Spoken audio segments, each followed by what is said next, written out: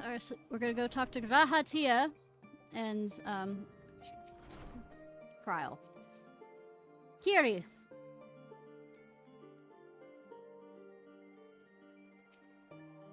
Ishnai, I didn't know you were in Charlian. You'll be staying a while, I hope. Lest you wonder, we have yet to receive a commission of note. And it hasn't been terribly exciting. The past few days have been dull, numbingly dull. In fact, Kiri has me sorting endless stacks of tomes. Oh, I didn't mean to. I'm still working through that at them at the moment. Perhaps later we can go and have a meal together. Of course we can, Grahatia.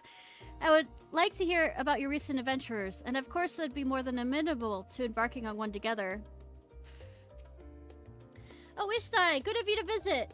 As you can see, there's little change with us. Just pushing steadily along with our work.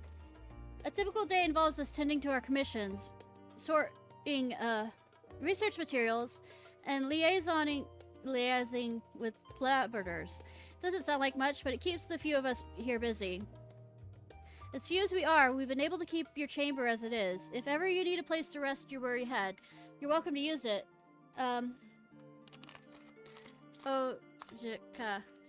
Jika will be one, for one will be pleased.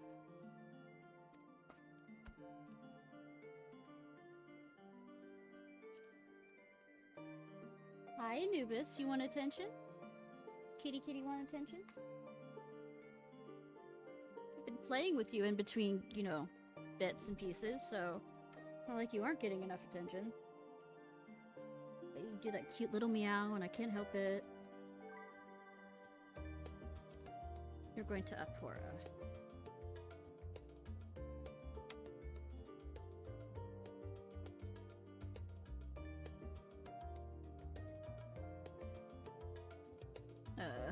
Teleport.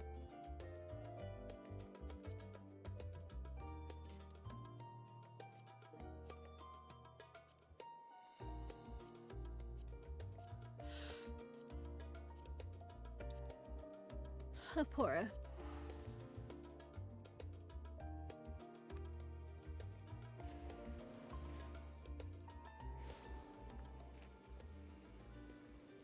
Bounce, bounce.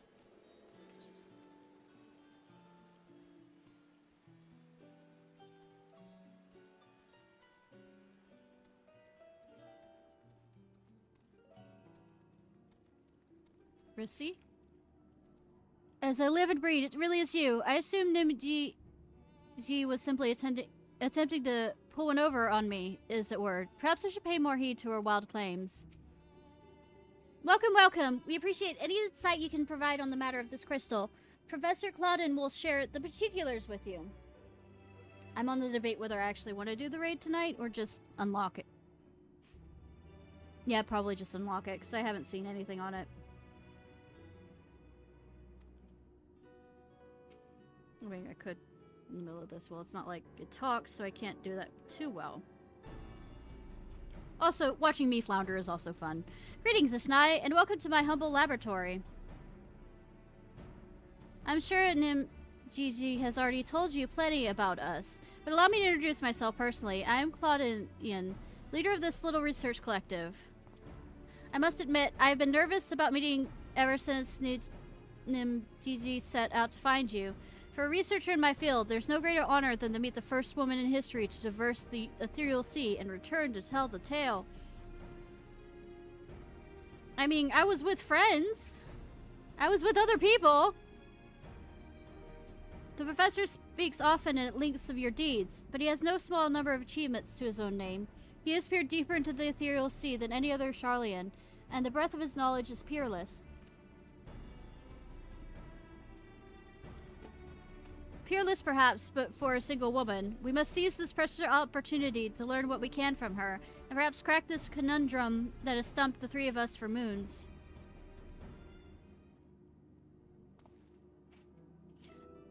It was we who peered into the fathomless sea from the anti-tower in the Dravinian hinterlands, where we spoke with Hydaelyn and learned the fate that would befall this star, the final days. Soon thereafter, all researchers moved to Labyrinthios, and through the Atsioscope did we continue our vigil. As impressive a work as the device is, however, it can glimpse but a fraction of the sea's infinite depths. Infinite depths.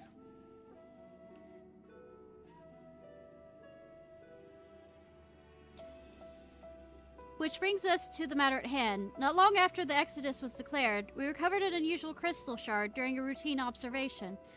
It appears before us suddenly, as if propelled to the surface by some unknown force. Elidibus?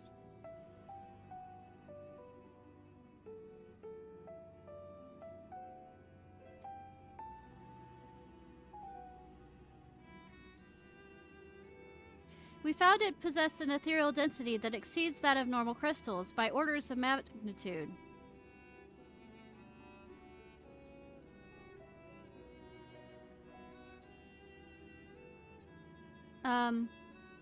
In its shape resembles nothing which occurs in the natural world. It was made, not formed.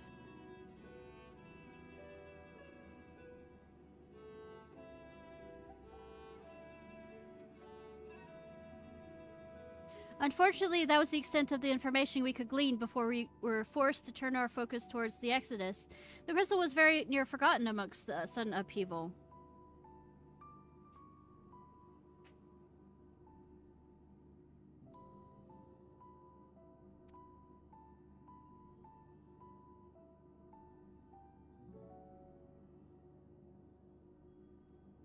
But thanks to the efforts of a certain someone, that crisis is now behind us, and we are free to resume our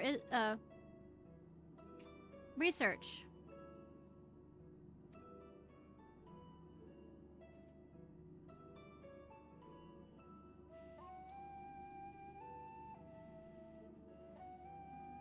Thus did we decide to seek you out, the dauntless adventurer who delved to the unknown and beheld its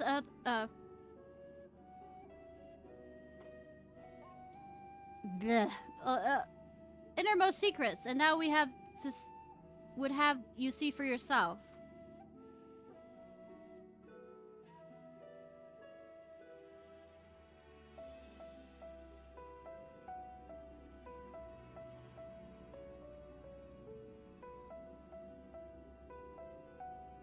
Here's the crystal in question.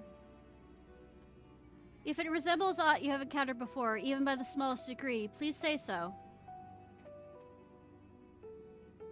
Cat's playing with toy.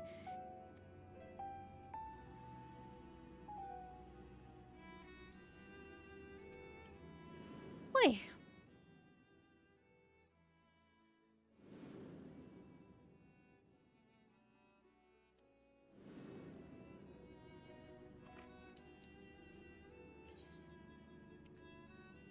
I know someone who bears a similar crystal, but he should be dead. As I thought, you would know what this is. Please tell me everything. Everything! Everything!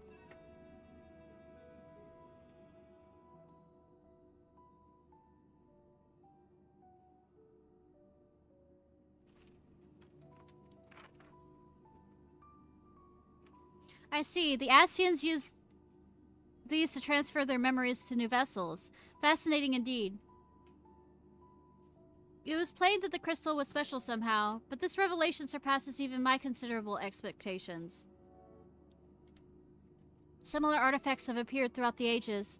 Memories of martial techniques manifest as crystalline shards on the battlefield, or storied stones passed from master to student. I mean, I have a few of those.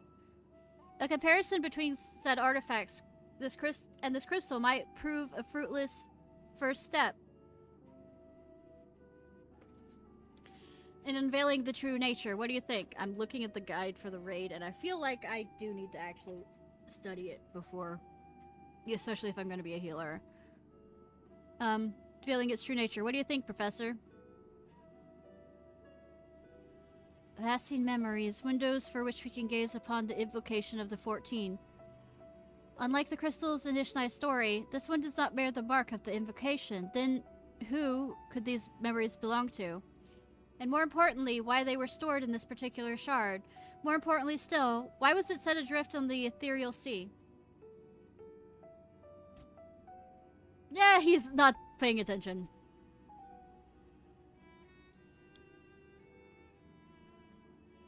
But I will do the job quest for the magic after this. Professor! Professor! Claudin! The mage role quest. Huh? Yes? I'm well aware that contemplation is the key to a breakthrough, but this is priority to consider. We have a guest, one that you invited explicitly. We must we do this every time?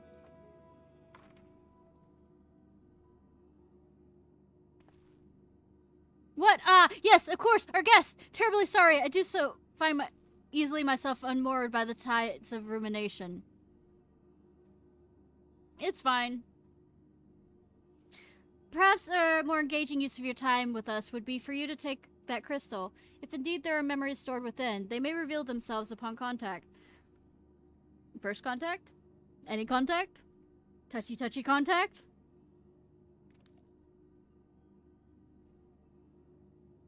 I mean, the echoes no longer exist, so I mean, but still.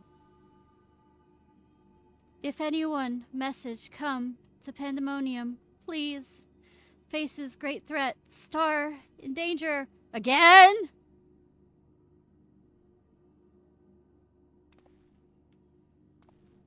That expression does not bode well. What did you see? I have something else I have to protect the star from again.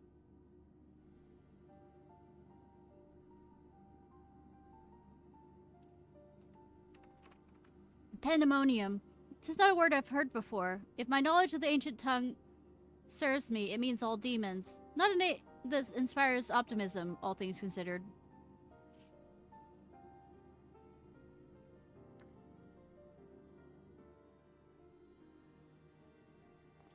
By the way, I noticed the first raid boss is the same name of the boss that we killed in the Summoner's quest line. Bregot or whatever. In the event that another star-shattering cataclysm is in fact bearing down on us, I would have the aforementioned examples of crystallized memory to hand. Namiji, Russi, I entrust their procurement to you. If there are more memories to be extracted from this crystal, we will find them. As for you, Ishnai, there was a person I would have you seek, the one who has delivered so dire a warning. Your stories tell us that this crystal could very well have been made by one of the ancients. If that's the case, then discerning the nature of this pandemonium would require to trip far into the past, to an era before the Sundering. Good that we make timey-wimey noises.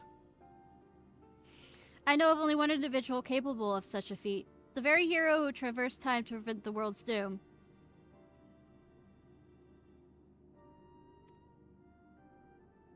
Stabby, stabby, stabby.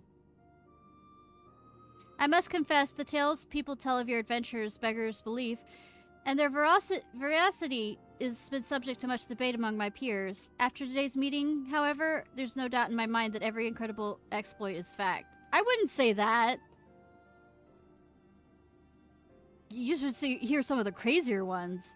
Like I'm a savage. Ahem. So I ask you now, return to the past. Back to the past, Jack. Find out where the pandemonium is, if we need to be concerned by this message. Thank you. For the time being, you should keep the crystal in your possession. I do not think you have seen the last of its memories, and more may soon be drawn out as you approach their source. Safe travels, that we may meet again soon to share our findings.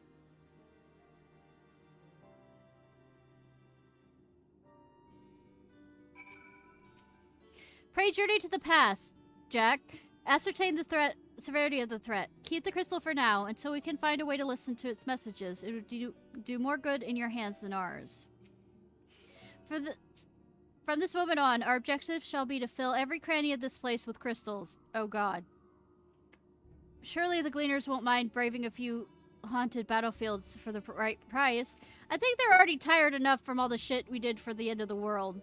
For Professor Claudian, I will burn the candle at both ends. Or rather, I will. First, I must find the historical documents he requested, and then... What was I meant to do again? A man after my own heart for forgetting what to do next.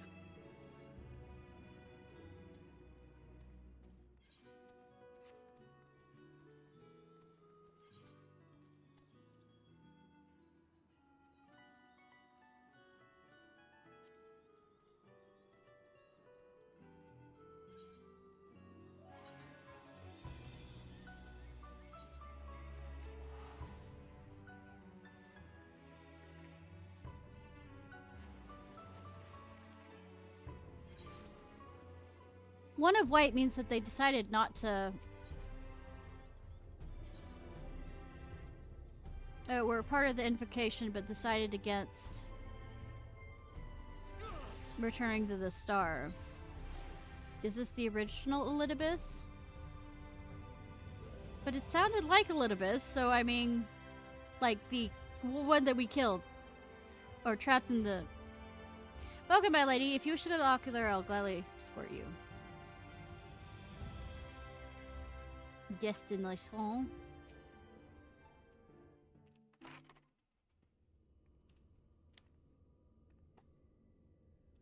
Touchy, touchy. Touchy, touchy, touchy.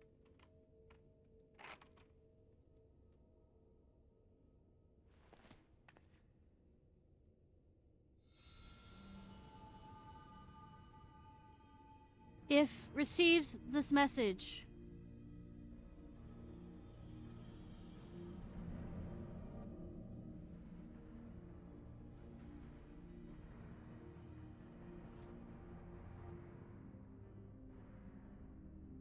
Comes from the future. Yep.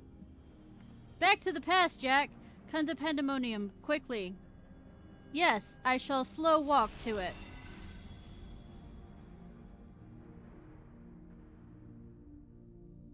Y'all ready for spoilers? For... Who hit me?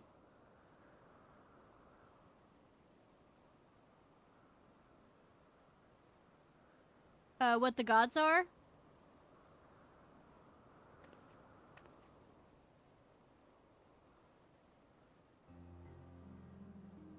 No, that's the Trials quests that talk about it.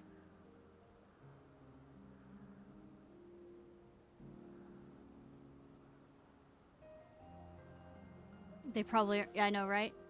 Oh, I landed on somebody. Aren't you cute?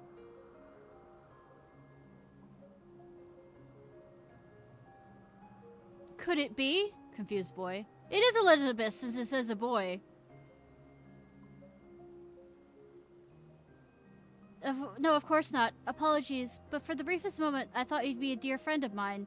I realized that such a notion is preposterous. I was friends with Elidibus? I mean, my reflection?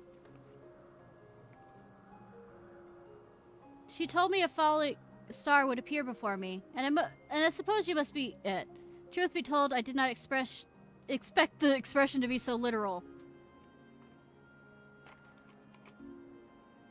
Are we talking about Azim? The past one or the future one? Or the current one? The past one or the current one? Themis. Okay, it's not Elidibus. But he's wearing white, which is only given to those who have the Elidibus title and or...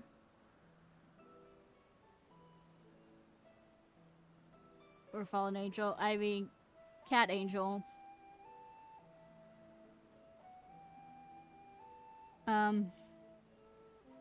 Are you a former Elidibus? I am not one of Ellipse's observers. Rather, I come here on assignment, which is more or less routine up until this very moment. You certainly know how to make an entrance. All the fucking time! I must wonder what brought you here, for it is plain you do not belong here, or any place I know of, for that matter.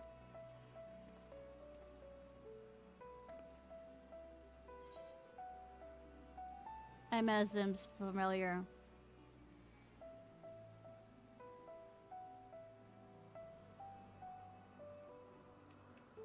It appears my initial impression was not so preposterous after all. I did not know my friend had such a unique familiar at her disposal. Yeah, quick penny shot, you know, meet cute moment.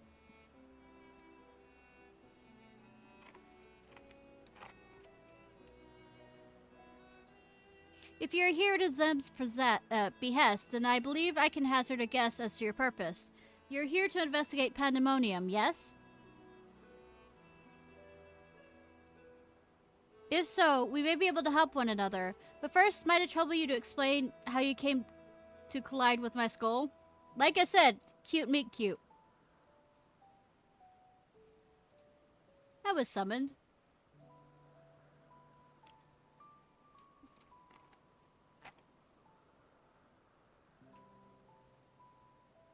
I see. I believe that dispels any major doubts I had concerning your intentions. Apologies for being so intrusive, but you must understand it is an uncommon occurrence.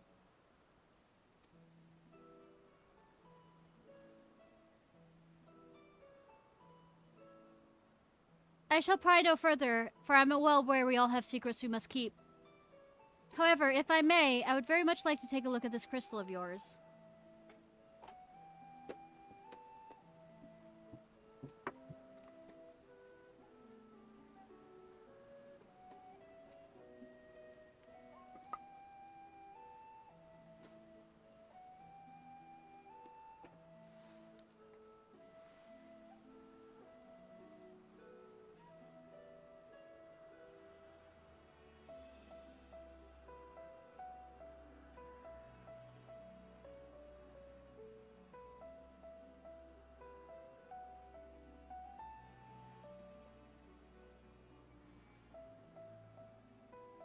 To be fair, I would very much like it if a cat and or fox girl fell on my head.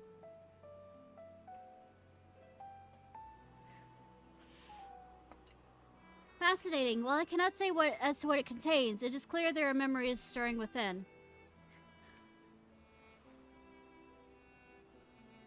Memories that speak of something gravely amiss in pandemonium.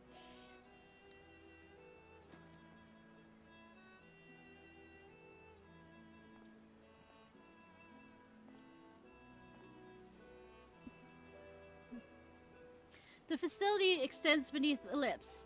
It is overseen by the words of Laha Brea, you mean lolly bread. It houses those creations that are highly valued as research subjects, and highly dangerous to the star. Naturally, it's strictly guarded, and under constant surveillance.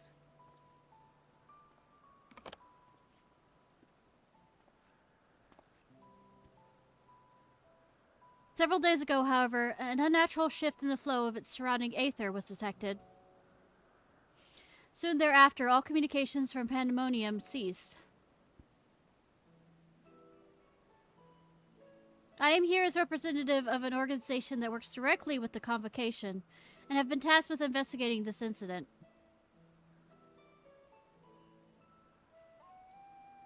Now there is some measure of transparency between us. Might I offer a suggestion as to what we do next? Well, I'm going to leave you at the beginning of the raid.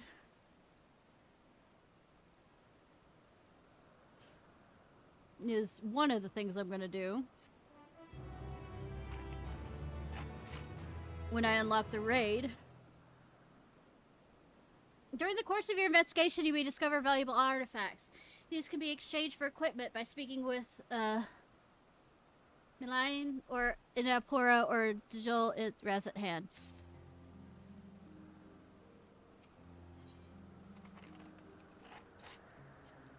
Thebus is eager to commence the investigation into Pandemonium, where familiars dare. Now that my proposal is a simple one, let us journey to Pandemonium together. Our destination is the same, and I suspect the arrangement would benefit will be to our mutual benefit. Besides, I should have no trouble gaining getting us both access. I do hope you agree. I would be loath to part ways from the falling star I've been waiting so long for. Speak sweetly to me, why don't you?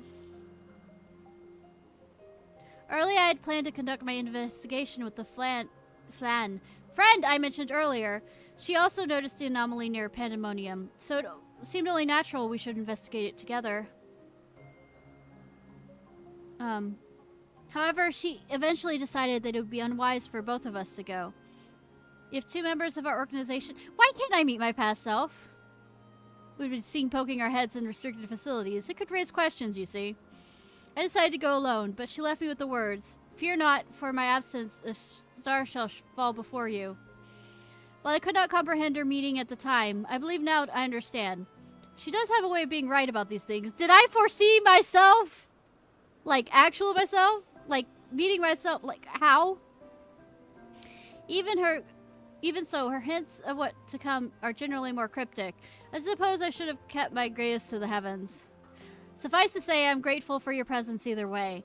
As for the matter at hand, we must first gain permission from the words of Laha Breha for the entry into the pandemonium. I mean, Lollybread. To pandemonium. There ought to be a speaker waiting to us at the... And Gornoris is... Over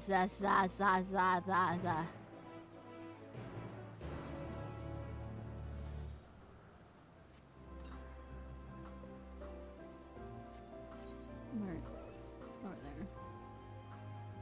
Oh, right, I don't have flying here.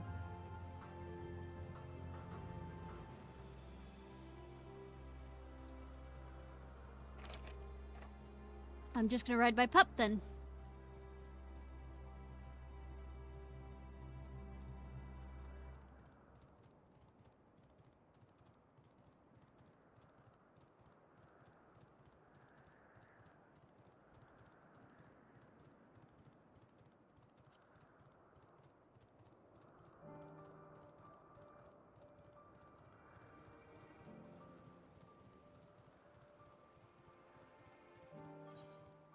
Right, the pup.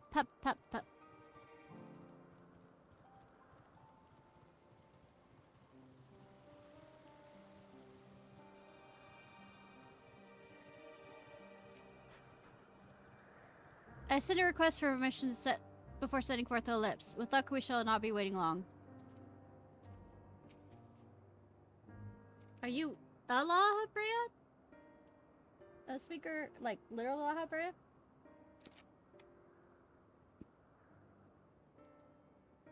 What a fascinating etheric signature. Ahem.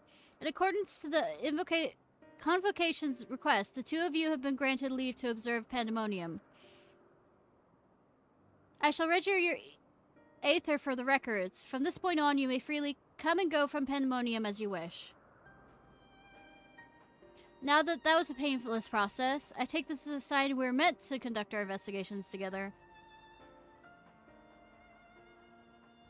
Of course, while you have been permitted entry into the facility, the specimens housed inside must be handled with utmost care. You are to heed the warden's instructions at all times.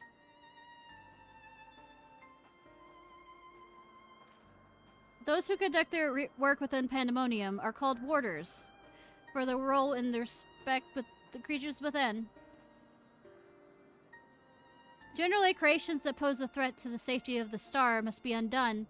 However, the words of Laha Brea has deemed certain such creations as worthy of further study, interring them within the facility. Those who spend their days in pandemonium are not merely researchers. They must work tirelessly to ensure that none of their subjects slip their shackles. For all intents and purposes, the place is a dungeon. Oh, good! Perhaps such a comparison arouses frightful imagery, but pandemonium is a frightful place. I've been through enough dungeons. I know not the purpose of your investigation, but if you discover aught as merits a report, pray to do so with utmost haste. Master Lollybread shall guide us upon the proper course of action from there. Oh, so he's one of the lower bits. Then I take it means you've detected nothing amiss of late? The warders have reported nothing that would cause alarm. Minor fluctuations in aether have been observed. But surely Master Lollybread would have acted if anything were worth worrying about. I see. It appears that Laha Brea is kept well abreast of the goings-on here, then. I hope not to overstep my boundaries by asking, but you seem to be quite familiar with Master Lollybread. Do you know him? I've murdered him. Know him? We've met.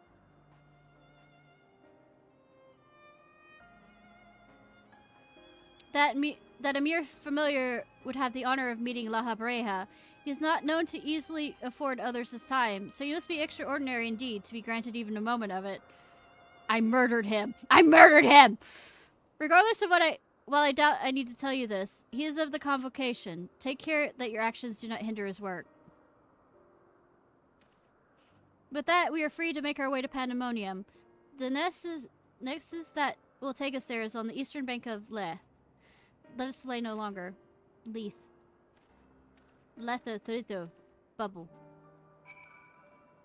Pandemonium can be reached by the Neth and the island to the northeast. I suggest you hurry before your companion leaves me. He already left me! Like everyone else before him. I'm not mad.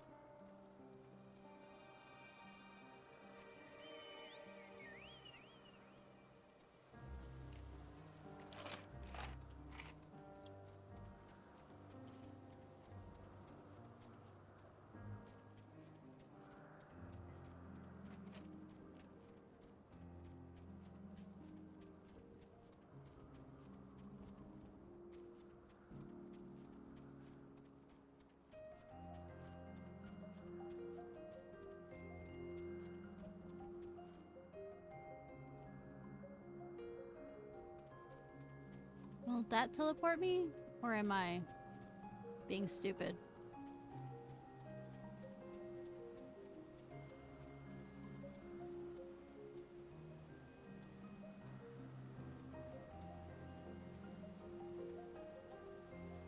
No little nexus thing.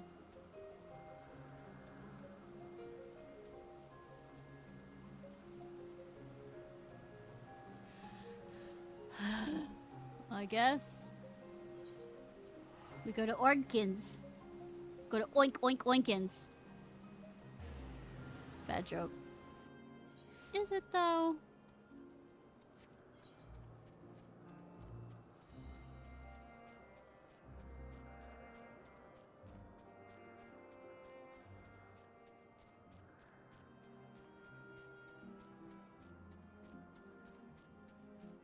Where does this lead? I don't.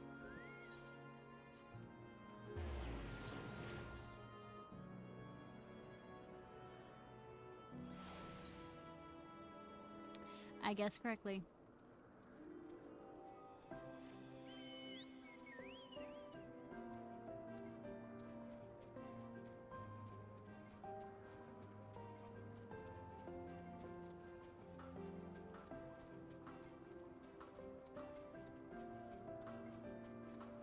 Ba ba ba ba ba.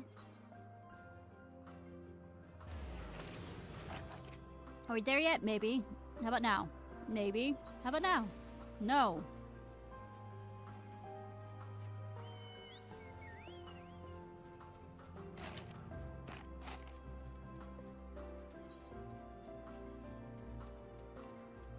Like I said, I'm only really doing this because I don't want to continue doing the Summer's Quest.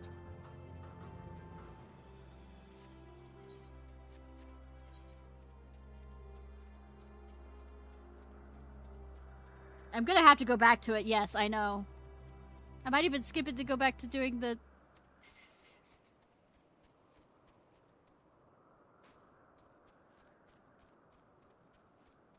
do the Scholar's Quest instead.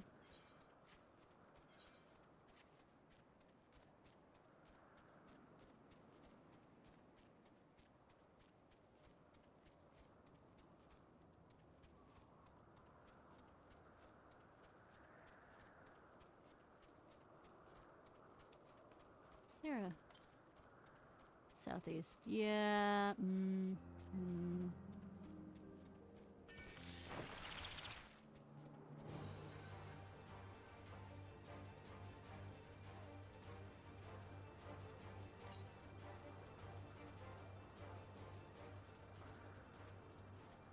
I have a feeling it's on the other side.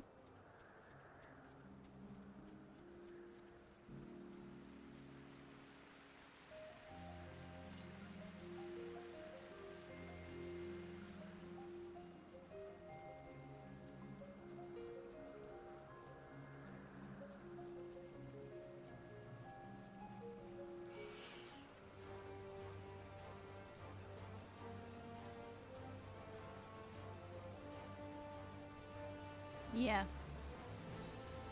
Place where I just was. Cool.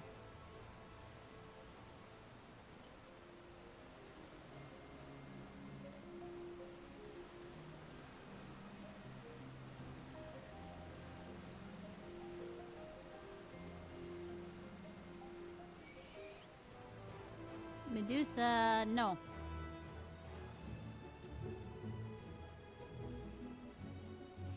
Running, running, running.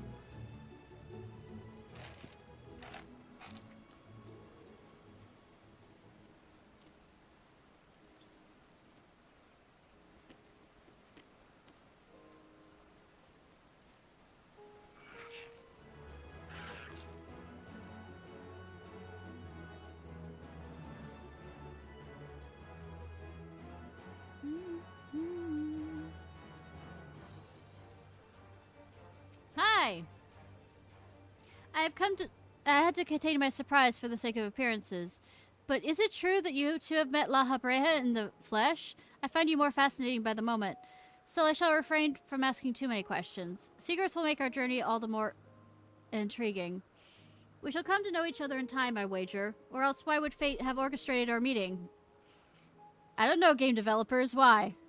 Any case, let us be off. Truth be told, this will be my first time beholding the fabled pandemonium with my own eyes. Here's to a new venture, eh?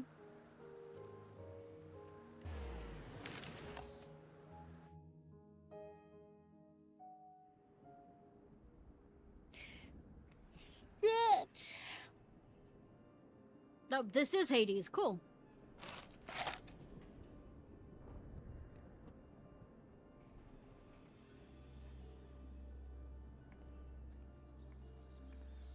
It is as much as I feared. The speaker seems in such high spirits for a moment. I thought the ethereal irregularity was not so grave important as I imagined. Alas, was a fleeting and vain hope. To gaze upon this complex network of chains and words, the untrained eye might not sense anything awry. No effort has been spared in making this place impenetrable. Sounds like unsinkable.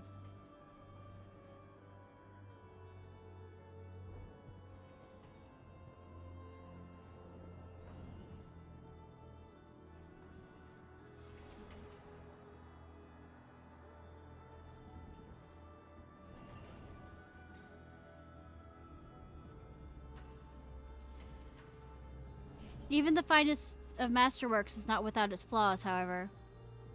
Someone or something is tampering with the protections. It is working from within, eroding them from inside out.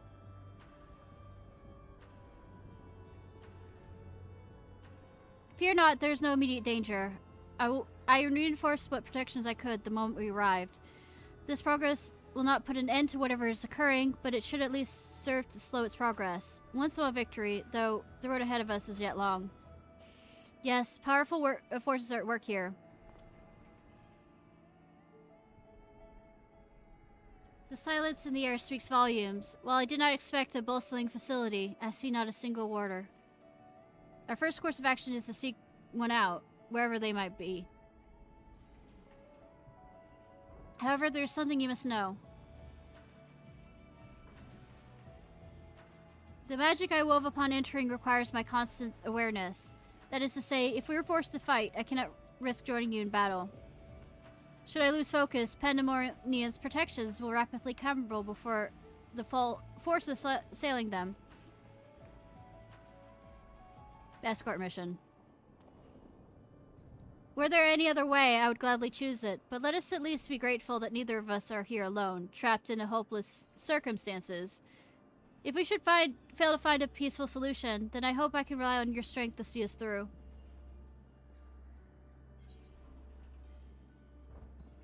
This request doesn't come as a surprise, to be honest.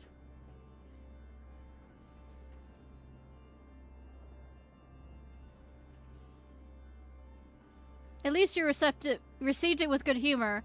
Rest assured, I do not mean to stand idly while you risk life and limb. I hope to be able to lend at least a touch of magic support.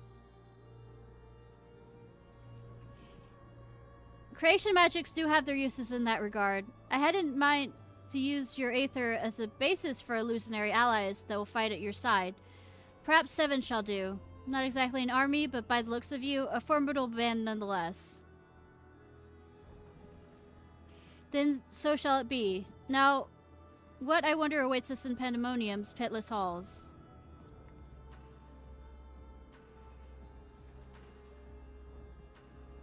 Is Pandemonium the trials or the...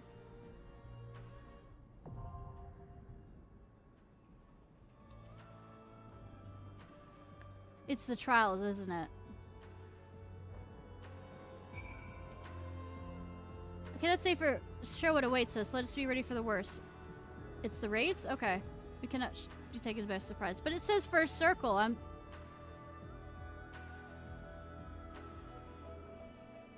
It also said something about doing the silhouettes.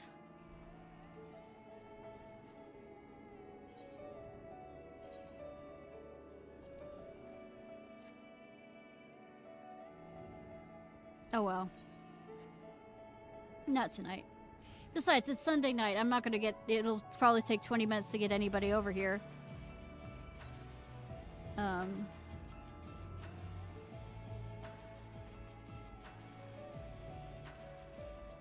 Let's see.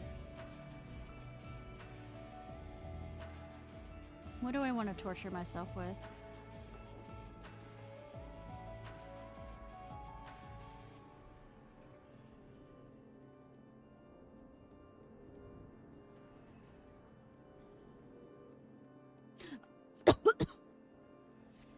Sorry.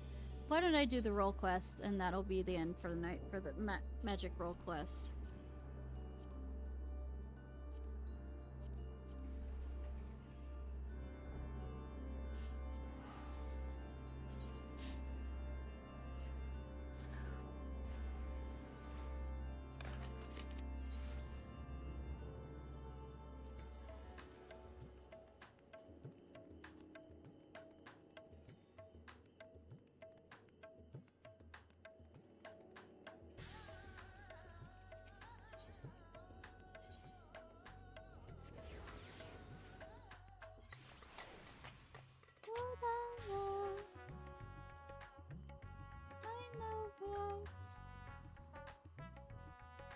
Going the wrong way, going the wrong way. Ishgardian delegate. The Ishgardian delegate seeks battle mage with courage and wavering. My lady Ishnai, I've been awaiting your coming. Yay? The phenomenon wherein men turn into monsters, it pains to say the Ishgard has not been spared. A dreaded blasphemy has appeared in the Holy See, and to compound the people's horror, the beast resembles a dragon. It is imperative to be vanquished without delay, and to that end we have begun assembling a hunting party. Given what fear and despair may turn our allies against us, we are being stringent in whom we chose for this duty. Yet, while we have confidence in the quality of our knights, the mission would greatly benefit from the presence of a battle mage, one who can stand unflinchingly in the face of our felled quarry. We would be hard-pressed to find an individual who fits that description better than you. Will you not lend us your strength and skill? You can count on me. We are in your debt. Just a moment while I relay the glad tidings to command. I mean, were you expecting anything different from me? Really? Really? Really? Really? Really? Really? Really? Really? 'Tis settled. Upon arriving in Ishgard, please take yourself to the Aetherite Plaza. Lord Artiel will be there to receive you. May the Lord of Fury speed your way, so I won't be dealing with the younger son. Good. Because strangling is a possibility still. After I cut his dick off. Call me old girl again, god damn it.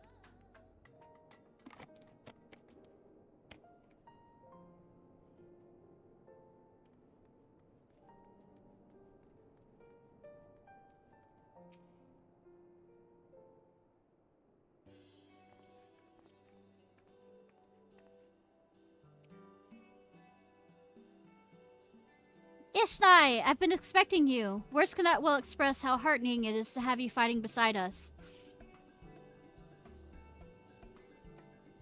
Allow me to echo that sentiment. Hey! Hi, sweetie! Greetings, my friend. Lest you wonder, Lord Atariel and I are leading the effort to deal with the blasphemy. With your capable self in fold, I have no doubt that we shall succeed. Can we actually have that, you know, night to hang out? Without further ado, I shall brief you on the situation. 'Twas a handful of days after the first beast appeared in Razat Han.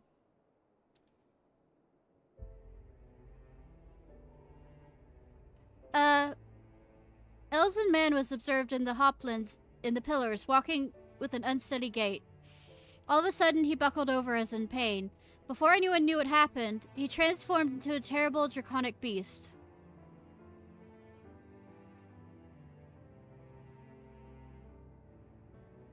That looks like the dragons from the end of the universe. At mere sight of this, many who chanced to be present also turned, and regrettably, the Temple Knights were forced to put them down. The blasphemy itself, however, took wing and fled. Profane Fafnir, we have chosen to call it, after the dragon man of Ishgard myth. I'm going to call it Faffington. Since that day, the beast has often been sighted in the skies above Ishgard. It does not attack, only circles menacingly for a time, ere disappearing again. Actually, just faffing works. Alas, these brief visitations are enough to cause more people to turn, and for fear and panic to spread further. As part of our investigation, we have sought to identify the man who became the blasphemy, but thus far we have learned naught. We have, however, identified a common thread between those who subsequently turned. All were people of fervent faith. People such as priests and inquisitors. When the truth of our nation's histories was laid bare, the legitimacy of the church was called into question.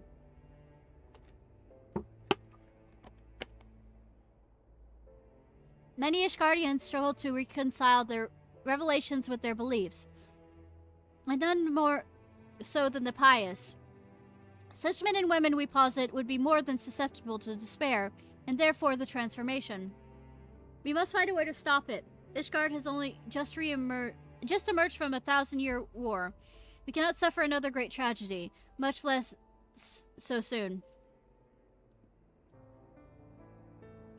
In order to attain a better understanding of the situation, we intend to speak with a member of clergy, the sole individual who survived the witnessing the blasphemy's birth without being turned. Clem is his name, and he's a deacon. Clem.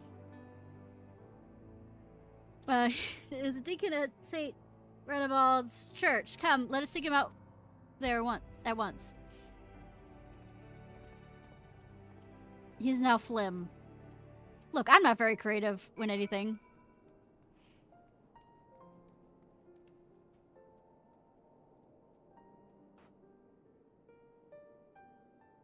Okay.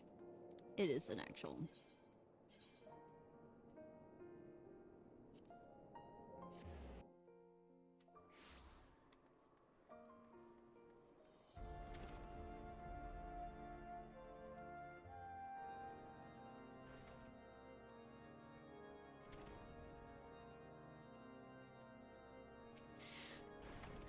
Not so very long ago, few would have imagined Ishgardian knights marching beyond the bounds of their own dominion. But we have ventured to the heart of Garlemald and fought for no less than the fate of the world itself. Our nation has changed and continues to do so. Here he is, Deacon Flim. Let's see what he can tell us. So... the nation's changing. So, you are referring to the fact that we've saved the world already. That's interesting. Lord Amberic, Lord Toriel, and the savior of Ishgard besides, you do me great honor. I am Flim, and I serve as deacon here at St. Renamald's church, cathedral. I understand you're amongst those of the Hopland when the incident occurred. We give thanks to the Fury for your merciful preservation. We now seek to prevent the Blasphemy from wreaking further havoc, and would appreciate any details you can provide. Loath as though we are to make you recall unpleasant memories, will you not recount to us what you witnessed that day?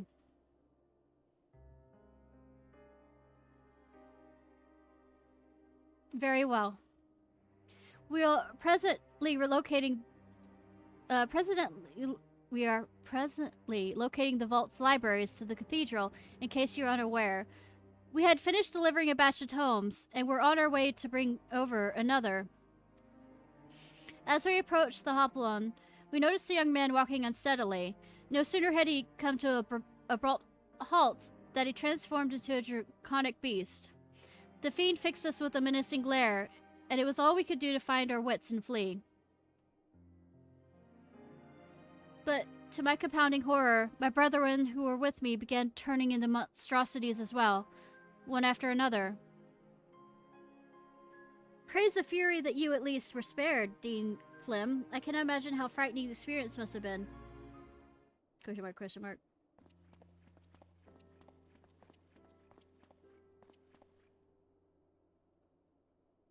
I don't trust you. Bishop Vartinox. Forgive me if I interrupt. I was informed that our Stewart protectors were present, and I wish to express my gratitude. From the bottom of my heart, I thank you for your service. I pray we shall soon be free of this scourge. Indeed, if there's aught we might do to aid your efforts, you need but say it. Stop touching young boys. Does that count? You are most kind, Your Grace.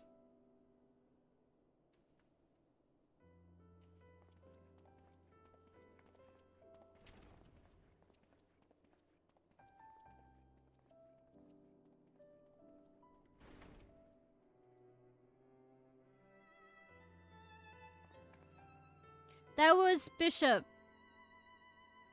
Vartinox, head of Reynolds and member of the Synod. The seat of the Archbishop vacant, he is in effect the highest authority in the Ishgardian Orthodox Church. This is so, yet in spite of his elevated station, he remains kind and humble as the man I have ever known. I don't trust him. First of all, because he was introduced, you know, feet first. Like his grace, I would do all that I can to help shepherd our people through this uncertain time. To that end, there's a request I'd like to make of you, if you can spare a moment to consider it. Of course, if it's within our power, we'll be glad to offer you aid. Thank you.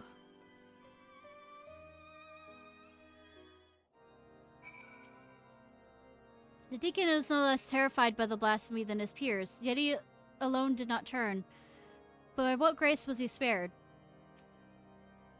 What matter of request could this be? His tone speaks urgency. In the wake of the transformation, a group of clergymen fled the city in fear, yet they sought refuge in the wilderness. They put themselves at the mercy of the Alamets and fell fiends both. Given that the cause of the transformation is not clear, I think theirs would be a decidedly unwise decision. I wish to set out and find them, but I'm not trained in the ways of war. As such, I require those who are to accompany you in the search. So that is the way of it. Suffice to say, we will help. Do you know whither your fellows may have been headed? The Western Highlands, I believe. Between Gorgon Mills and Hemlock. There are no shortage of abandoned dwellings in the area. Very well. Time is of the essence. I propose we split up and score separate areas. Ishnai, if you could escort the good deacon to Gorgon Mills, Lord Atoril, and I will attend to Hemlock. No! Stay with me! Our aching souls.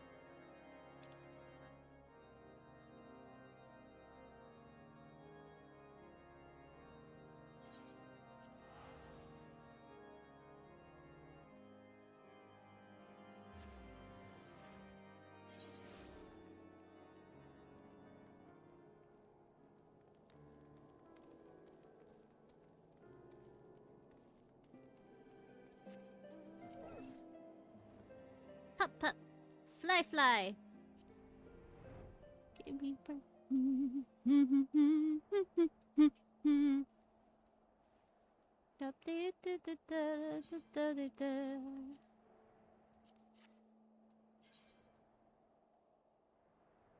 side will not be alone, and I'll fly.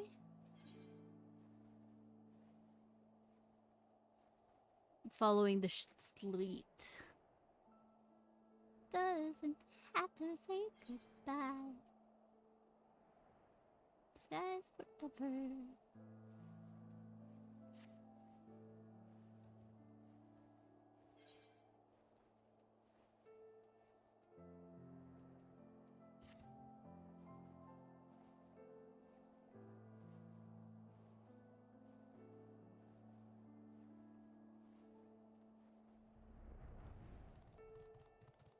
Plim. Thank you for choosing to abide in such harsh conditions. Winter will come.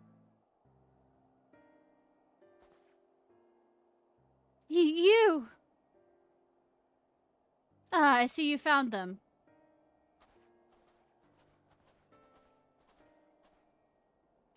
Yes, and none the worse for wear, thank the Fury. My friends, forgive us if we have given cause for alarm. We came out of concern for your well-being. Though we understand why you quit the city, we fear you may have placed yourselves at greater risk by coming here. His Grace Bishop Vartanox too worries for your health and prays for your swift return. So please, will you not allow us to escort you to the Holy See? I assure you, you'll be much safer there than in this wretched place.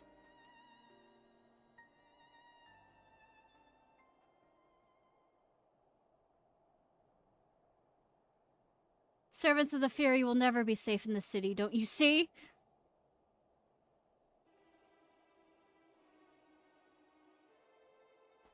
This is your fault! You and your cursed revolution. The people disdain us, mock us behind our back, spit in our face.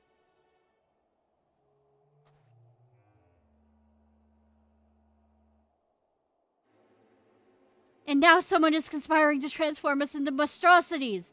Enemies of the church, I'll wager, emboldened by your deeds. So no, I will not go back to Ishgard. I'd sooner freeze to death than suffer your pity.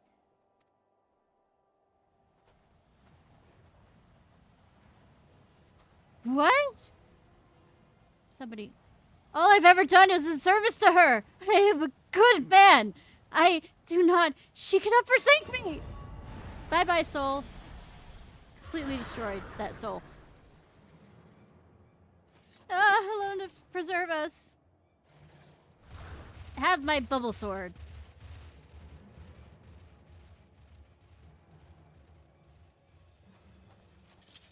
Chase it, chase it, chase it. Ishnai could not allow him to harm any others. Give chase and do what you must. We'll remain here and keep the others calm.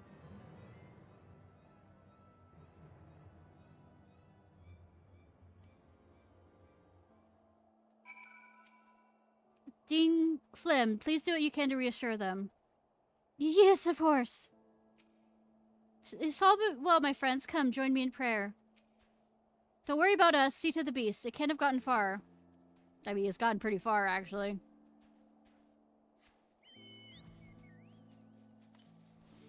Actually.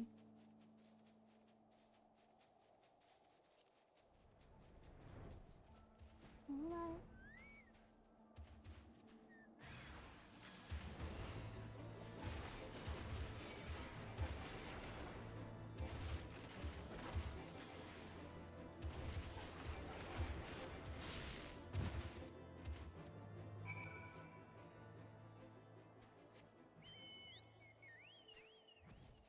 1 second.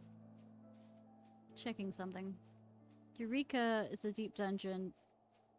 Introduced. Pay at level 8. 1. Only fight enemies.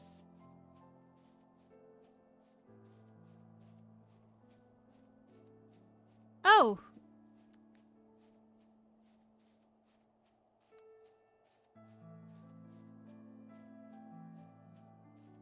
Start regardless of their current class or job level. Nice! Really to your level outside.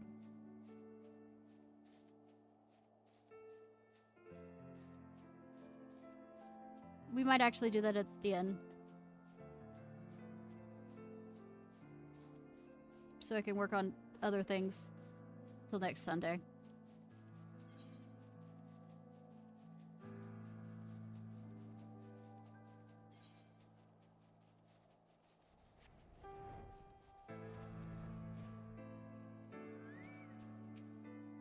What of the beast? Dead? Do you need to ask? Is it done, Ishnai? My thanks. What happened is most regrettable, but we must be grateful that no one else came to harm. While you were gone, the deacon was able to convince the others to return to the city. Let us escort them back at once, then reconvene at the congregation to consider our next course of action. For our purposes, we have use of the strategy room. Announce yourself to the guard without, and he will show you in.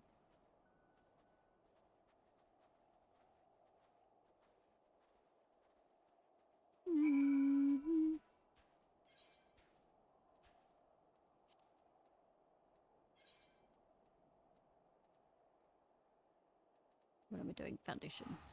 Foundation! How long is the myth one?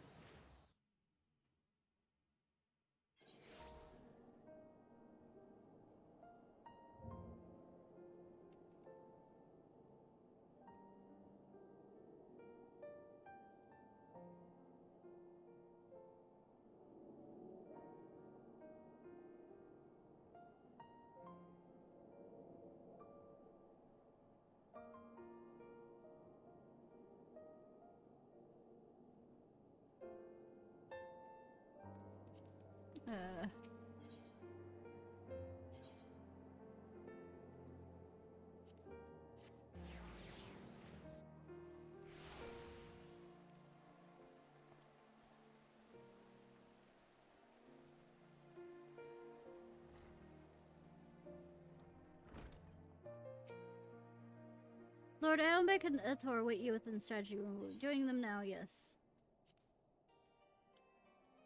So that's the reason why there aren't as many people doing Palace of the Dead. They're doing the other stuff.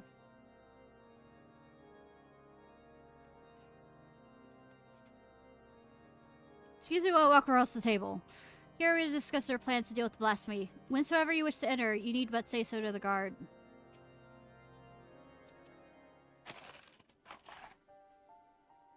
Lest you wonder, we have taken the clergyman to St. Renamald's to rest and recover. If truth be told, the thought of they may still succumb to despair in turn remains at the forefront of my mind. Yet the risk would be greater still were we to keep them at arm's length and deny them the comfort of the church. Indeed, from the words he spoke, the Inquisitor yearns for the days of old. He and the others like him can scarcely be blamed, since the truth of the nation's founding and the Archbishop's machinations were made public knowledge. The church has been in turmoil. Though we have made great strides in separating religion and state, there have been far less progress in the reformation of the church. For our faith has been everything to us, our purpose and our comfort. 'Tis not an easy thing to reconcile one's belief with the betrayal of our spiritual leaders. Thus, torn between their hearts and minds, many Ishgardians feel lost, and none so more than the members of the clergy, whose faith was once unshakable. Little wonder that the most dedicated and devout were like to turn. So it seems, but further investigation needed ere we draw a definite conclusion. With the war's end, Ishgard is set out on a new path. The choices we make now shall determine our course for the future. Come what may, we shall not squander the chance we have fought so hard to attain.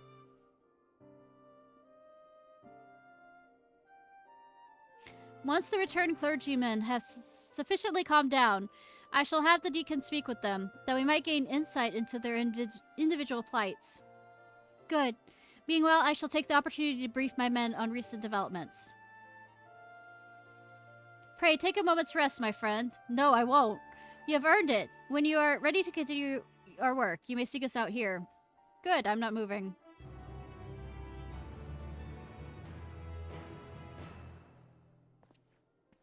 He is, however.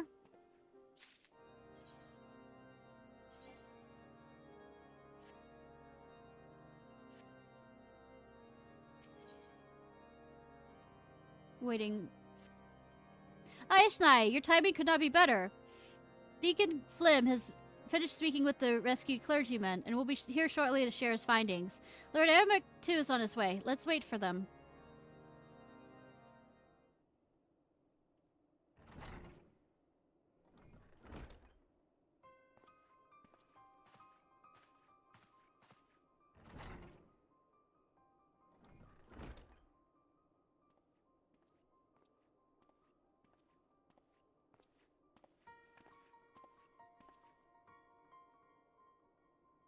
Deacon Flem, we thank you for making the inquiries on our behalf. It was not an imposition in the least. As I said, I'm glad to do all I can. So 'tis our understanding that those we escorted back were all close acquaintances of the Inquisitor who turned. Like him, they too have been subject to harassment by certain quarters of the populace. Is this correct? It is, I'm afraid. They are far from alone. Many of the cloth were once afforded respect and deference as servants of Alone, but now they are openly reviled by many. We were complicit in perpetuating terrible lies, this is true, but we too were misled. We too are victims, yet we are regarded by some as criminals.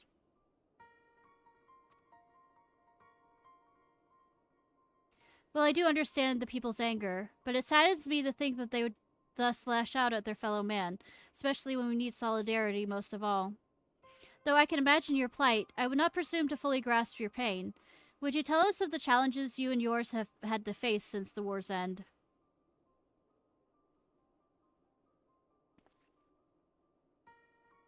Like all sons and daughters of Ishgard, we dreamed of peace in our lifetime. But now that it has come, we find we have little cause to rejoice. Our faith has long been the foundation of our lives, and overnight that foundation has been crippled by fractures, beyond repair for some. To learn that we had been deceived, and that we had unwittingly deceived others in turn, was devastating. We who once had been shepherds to men found ourselves lost lambs, bereft of surety and wanting for guidance. We have languished in darkness, all of us.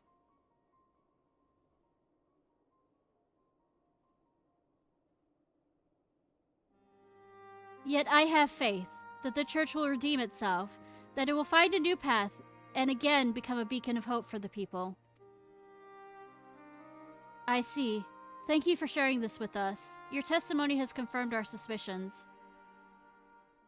According to our allies, that which causes people to turn is none other than their despair and anguish. If it wasn't before, it's now abundantly clear why members of the clergy are among the transformed. That you did not, I believe, is due to your unwavering faith in the church. In light of this, we would ask for your continued cooperation.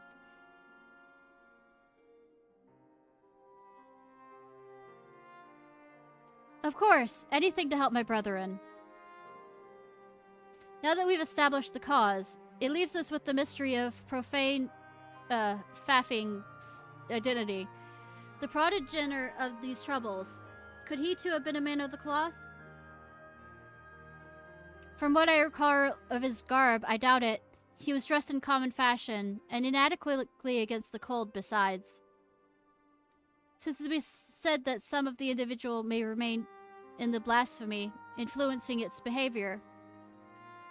If we can determine what instincts drive profane faffing, we may learn of who it once was, and to this knowledge, I believe, will provide vital to our efforts to stop it.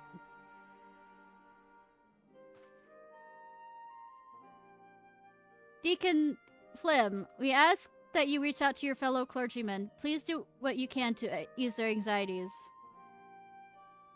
Understood. As ever have I done, I will provide what comfort I can to those in need. Meanwhile, excuse me. We must make it a priority to identify the blasphemy. To that end, I would seek out more eyewitnesses. The Hapalon is a busy place any given time. Some ordinary citizens are bound to have been present in the tragic event unfolded. I propose we make inquiries in the pillars. If you could attend to the Hoplin, Lord Toriel and I will look at the surrounding areas. Need to use the restroom again. Real quick. Be right back.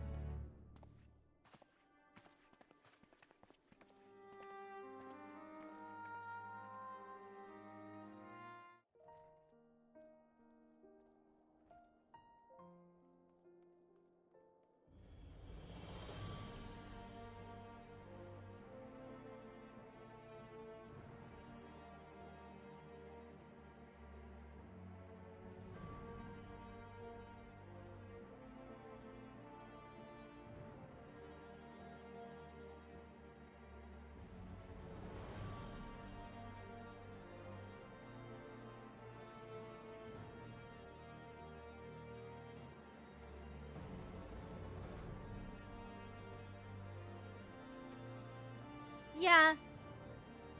They should absolutely start worshipping me. Actually.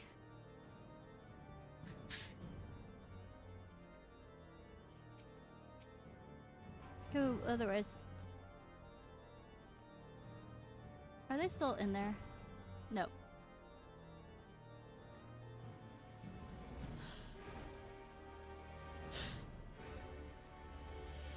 That's a jewel. They should worship me.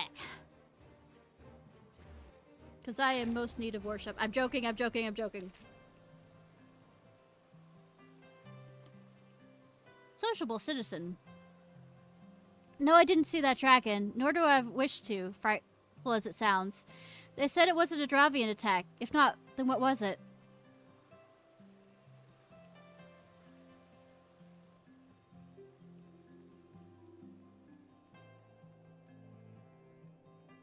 I'll jump up here, then teleport down. Well, I'll just run back down. Spirited citizen.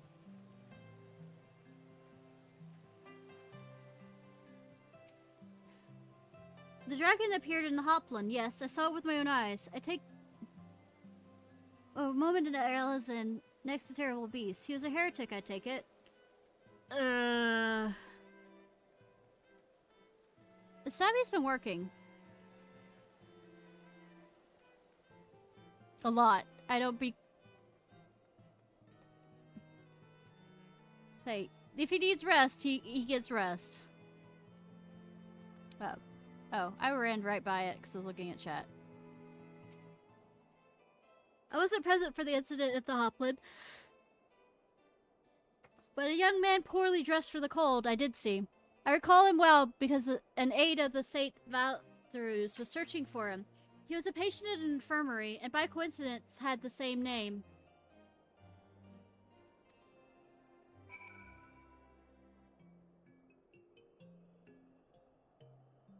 Coincidence, sure, coincidence. Lots of coincidences. All the coincidences.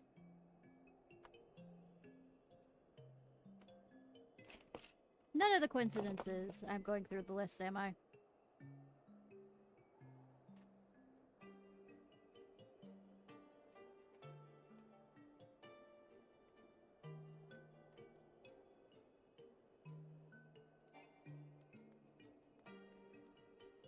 Back down.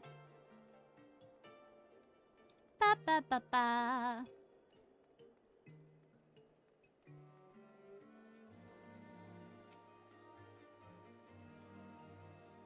Were you able to learn anything? There you are, Ishnai. Did your search yield any fruit? I mean, gossip, yes. A patient of Firmament's infirmary, you say? Among those who I spoke, one claims to have witnessed an individual fitting that description. A man walking in stupor, who did not seem to feel the cold. If he wandered straight out of the infirmary, that would explain his state of attire. Yes, I dare say we found our blasphemy, but to think his name should be Van Deu. 'Tis the same as that of the former Heaven's Ward Commander Sir Vandu de Roshaman, whom the infirmary is named. Sir Vandu, however, retired from his station at the ripe old age some years ago. 'Tis not like to have been him. Any case, we have a lead. I shall head to the infirmary at once. Pray, wait for me in the broom. Why there, though? No forgiveness, no deliverance.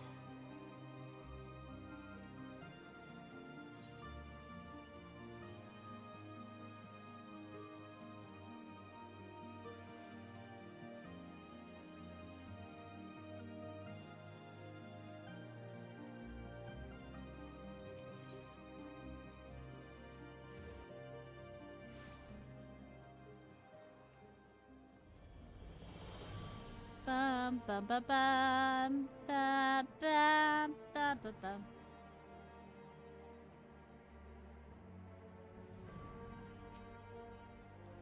Lord Atoriel should not be long. Let us wait here. No wait, I had to wait facing you for no reason.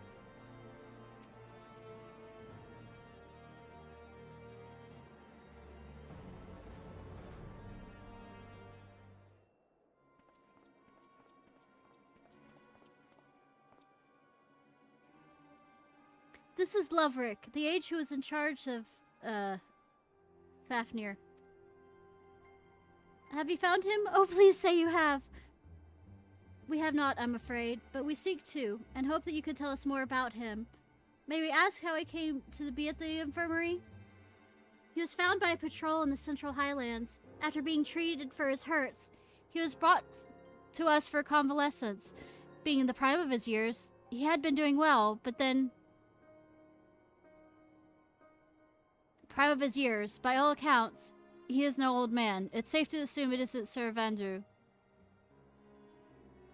Oh no, he's definitely a different person, as I told Lord Artoriel. Though he gave his name in Vandu, he seemed rather confused, and we had no means to confirm his identity. In his state, he shouldn't be wandering about on his own. Please, you must find him.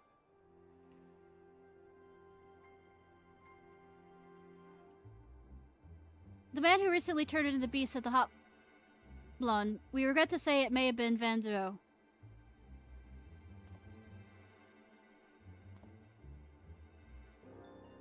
What? No! How could this be? Is there any else you could tell us? The things he may have said or done while in your care.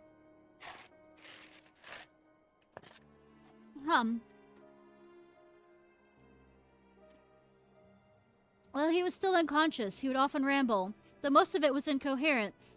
He mentioned the Archbishop many times. And he spoke of Bishop, too. Bishop Vartinux. I assume he was a pious man, given this. I see. Thank you for your cooperations. We'll continue our investigation, and should we confirm what of Ventanu, we'll inform you forthwith. Forthwith!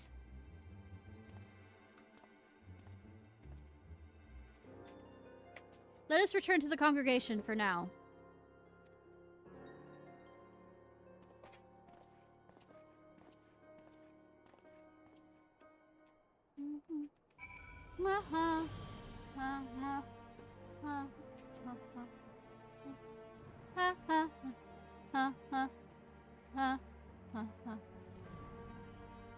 Yeah.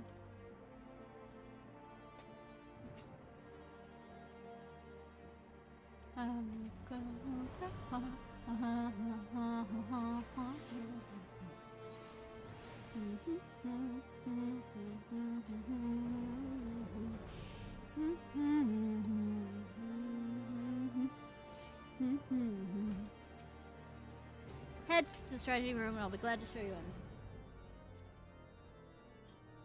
in. Sorry, I'm playing with the cat. I have a toy. So if you hear loud noises, it's him. Who could this Vandanu be?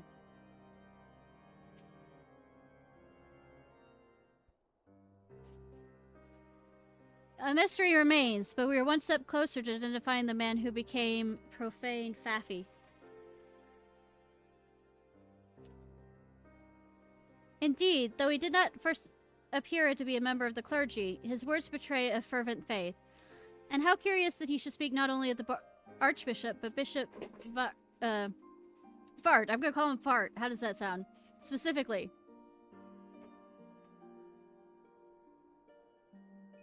Perhaps he was personally acquainted with his grace. In light of the possibility, I believe we should speak with him directly. Agreed. I will request an audience, but his grace has many demands upon his time. It may be a while before we are seen. No, it'll be right away. Should you have other business, pray, feel free to attend to them in the meantime.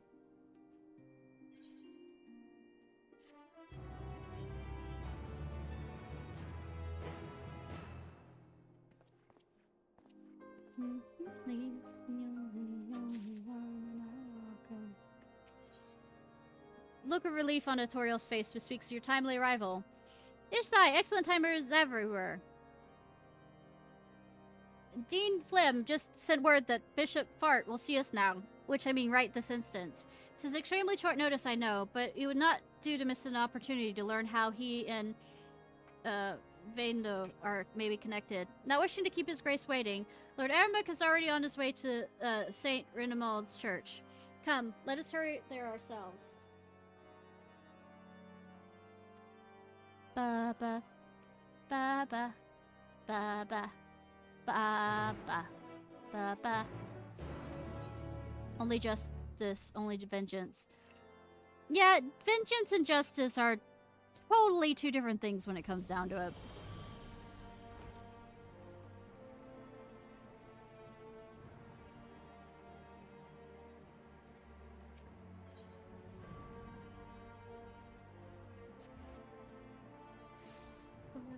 Up and everything's alright. It seems his grace is yet to arrive. Ah, Ishnai, full glad I am you could join us. My lords, I am so sorry. I informed his grace you were making way hither, but shortly before you arrived, he recalled that he had urgent business and had to leave the cathedral at once. He cannot have gone far, though, if you wish to search for him in the hopes you can steal a moment of his time. To grant us audience only to depart with such haste? What business could be so pressing?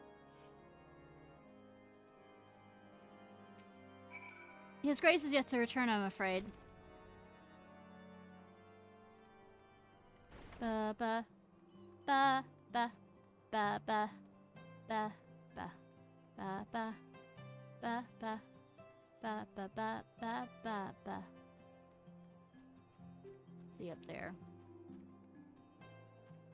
Fuck it.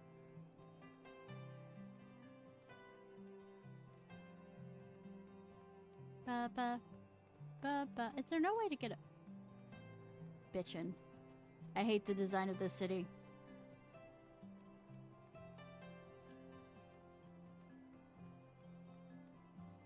Mark this city street on the boulevard. I'm not listening to that.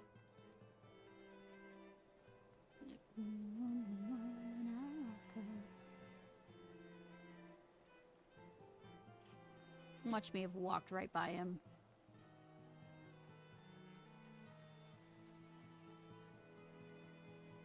Times I wish someone up there will find me.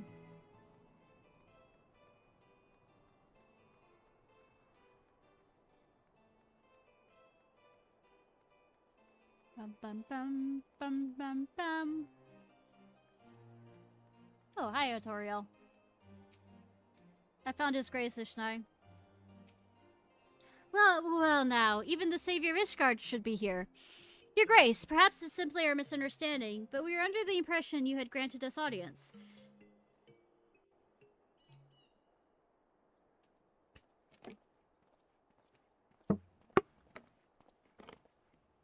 Lord Speaker, rest assured, I was just about to return to the cathedral.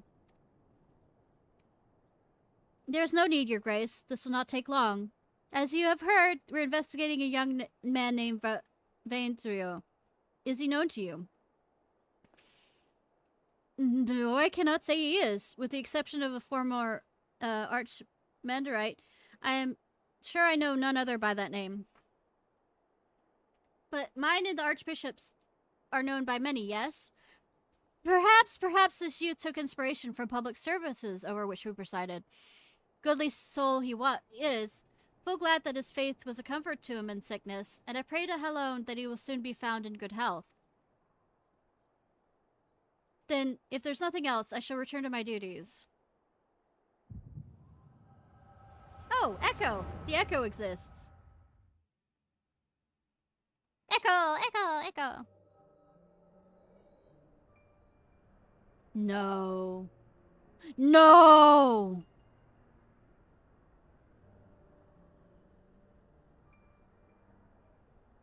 No! I fear not, your eminence. I shall carry on your legacy. We have completed the preparations as per your instructions. But are you certain this will work? It must. It will and it must. Lord Aramek spoke the truth when he revealed the Archbishop sought primal powers to strengthen the people's faith. I could not bring myself to believe it, not at first, but in the course of calculating His Eminence's personal articles, I came upon his journal. Therein he written that though abundant aether and fervent prayer it is possible to make gods of men. God damn it.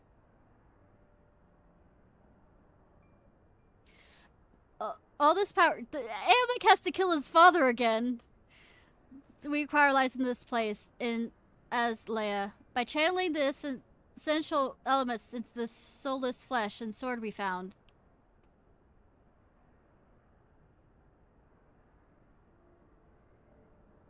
We shall summon forth King Theoden and his Knights 12, and by his blessing, Ishgard shall be returned to its former glory.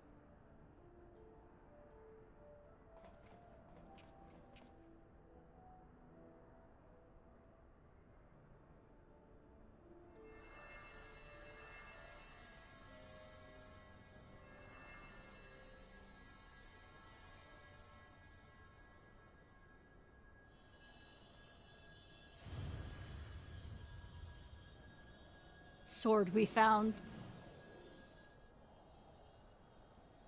Sword's huge! I don't think you found it!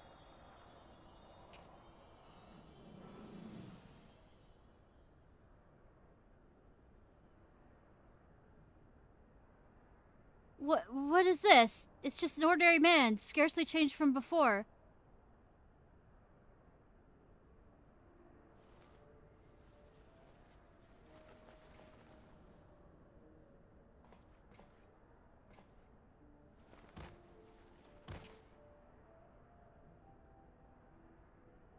Rigor mortis. Muscles that don't work. As well. Ugh. His Eminence, I must protect. Ugh. I'm quite sure that would split me in two with that sword. In twain. No, this isn't right. Confound it! Perhaps I overlooked something. I must return to the Holy See and review this journal. Ooh, Your Grace, what shall we do with this thing? Leave it. 'Tis a failure without use or value. The denizens of this place will deal with it soon enough.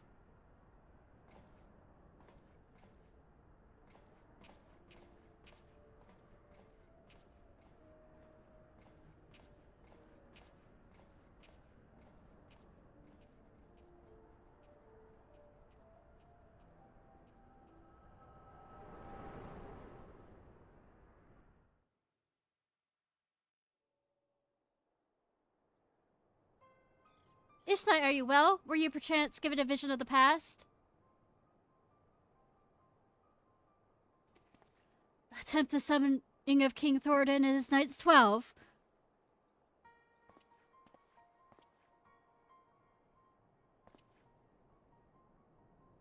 Your Grace, you should know full well that summoning is strictly forbidden.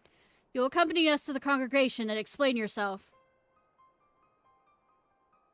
I'm not sure that's as wide as I want to go.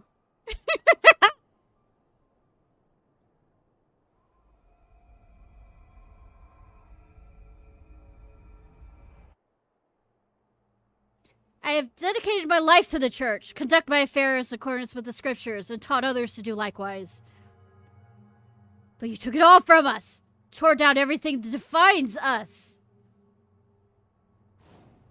You cannot know how it feels to have your very existence rejected, to be forsaken by your community, to be denied by your society. I will deny you and this justice. I deny an Ishgard where the church has no place. I refuse to accept it, you hear me? I refuse to accept it!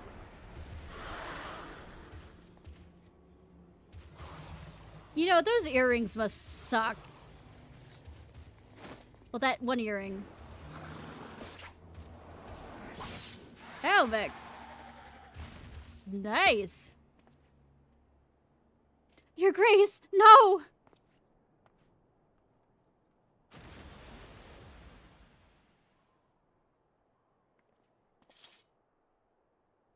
It should come to violence yet again.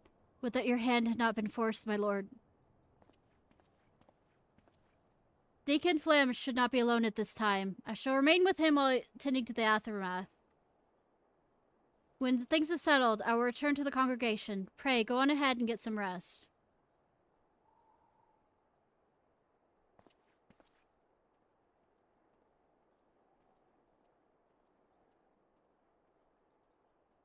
I am like just walking off from that. Strutting off like, yeah, I didn't just, you know, murder the clergy. I mean...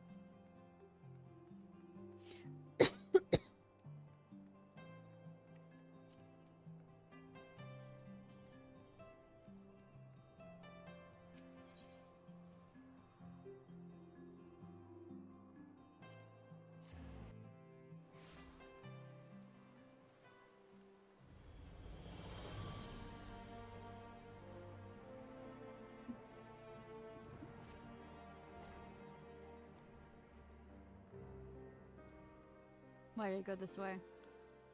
I don't know, why did you? Because I'm not horny enough? I'm not wet enough?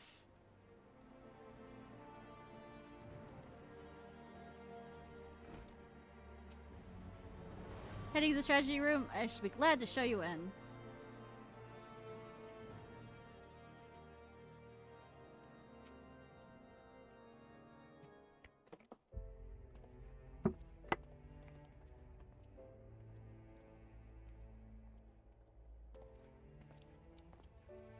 How fares the deacon?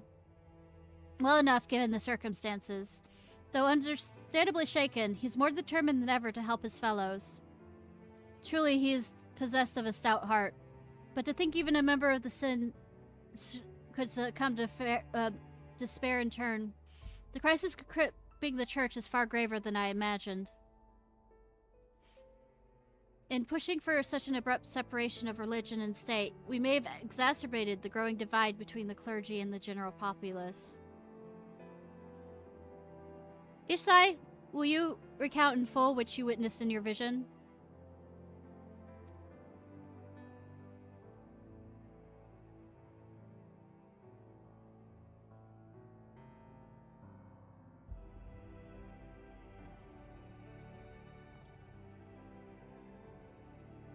Not enough for long. Yay! Should he seek to use one of Alleg's holy abominations to create a primal? Yet that which manifests was not like the being you fought, but rather retained the form of a man, one driven by the desire to protect the Archbishop. We may safely assume the bishop did not have sufficient aether, bereft of Nidhogg's eyes. The sword of Astalon no longer has such power. But if summoning failed, how did the clone come to possess life, and what purpose drives it? The lack of aether notwithstanding, the necessary components were present for a summoning. Perhaps the ritual itself was a success, and the vessel, though imperfect, arose as a champion of the Archbishop. Yet, how did he come to be in the Central Highlands?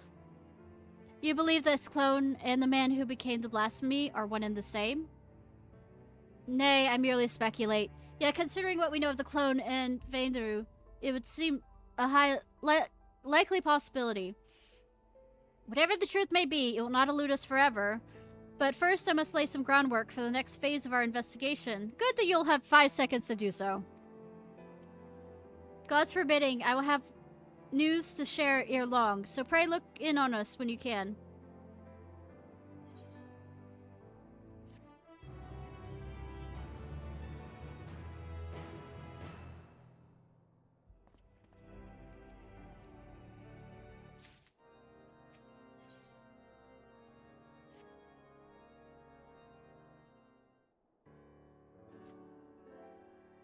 Ishnai, you were ever a sight for sore eyes.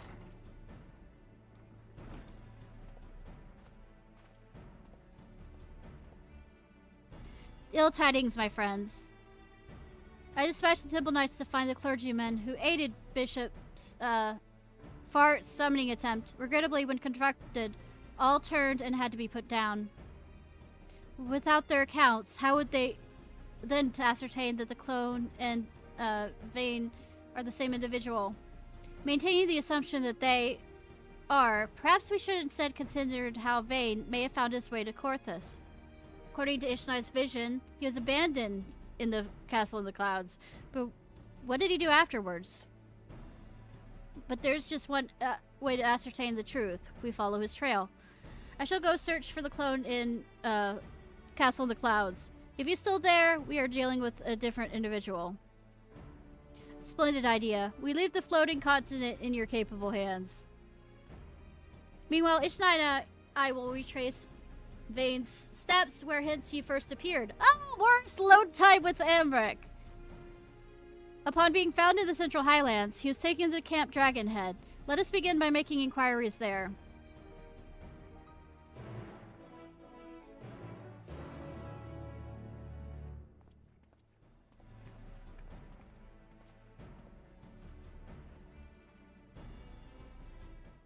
Wills unending, faith unbending. Oh, you don't want to be bent over? Shame.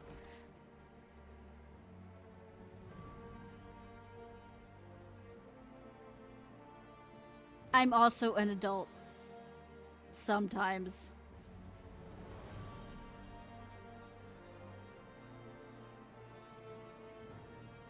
Where am I going? I am.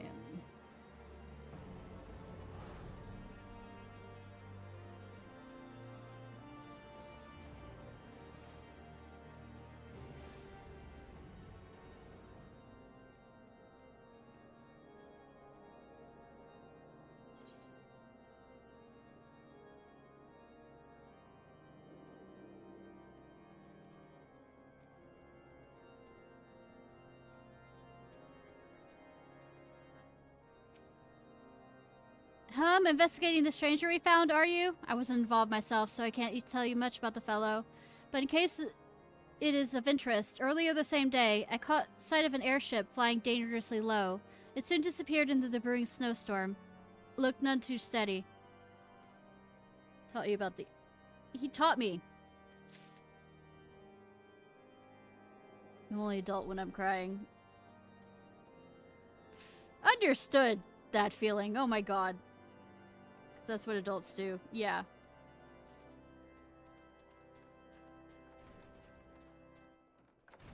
Emmanuel, you're back here. Ishnai! When I saw you off in the Ragnarok, I had every faith that you would return, and here you are. A more dependable comrade and man could not hope for. Lord Emmanuel's spell of absence afforded me time to return to my writing. I must admit, life was rather duller without him, though not necessarily for the worse.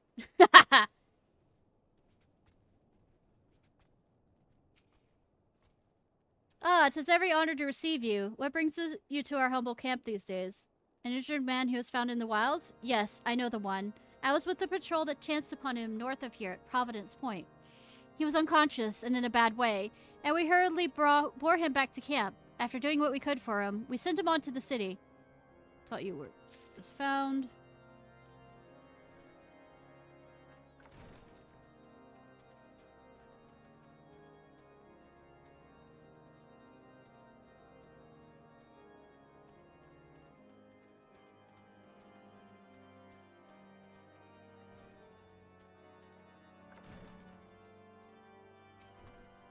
Well, now, if it isn't the late Horsafon's dear friend, is there something you require?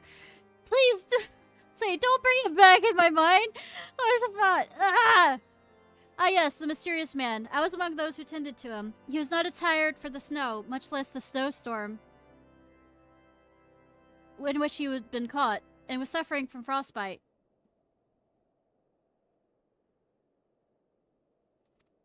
When people are extremely cold, they may mistakenly feel as though they are warm and disrobed. That might explain his state of undress. Well, no, the reason why you suddenly feel warm, if I remember the key to this, is that, basically it's your body's last-ditch effort to keep warm. And that the warm, blood that you've been keeping in close to your, body flows outward to the rest of your limbs. So it feels like you're suddenly too hot.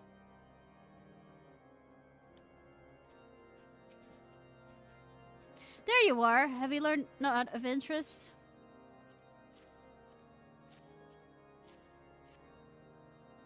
As a mysterious man found collapsed after an airship was seen flying low. Yes, the accounts I heard are consistent with yours. I, for one, am curious as to the fate of this unknown airship. To that end, I have arranged for a pair of black chocobos for us, the more efficiently to scour the area. We shall contain our search to Providence Point, where Vane was said to have been found. Do I have to have the black chocobo? When you're ready, let us be off. No. Yes, I will mount the chocobo. The chocobo will not mount me. Thank you.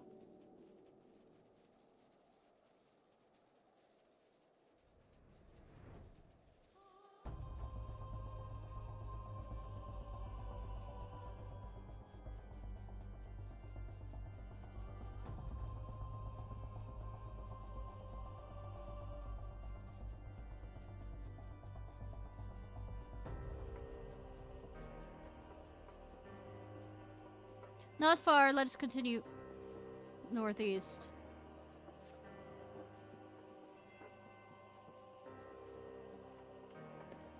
I mean, I'm sitting here drinking, so...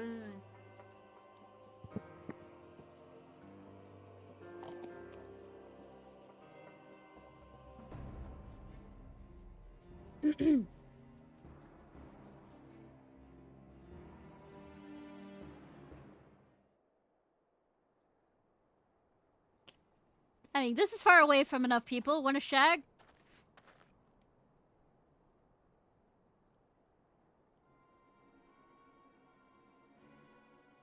Well, that's where it's staying. Cool.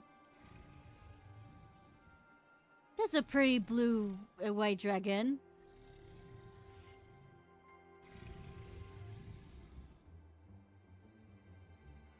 By the Fury, it's the Blasphemy. We'll have the answer to how it got down here.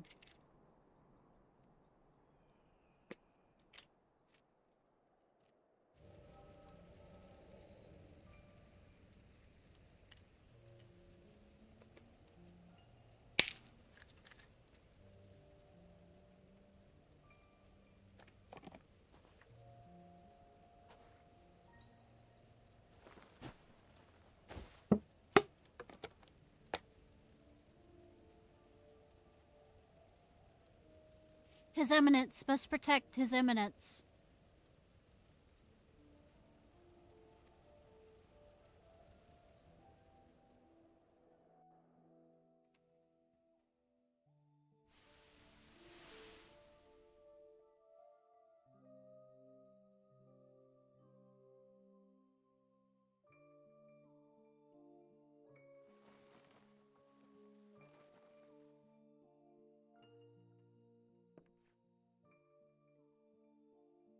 Oh, you're finally awake. Hello and be praised.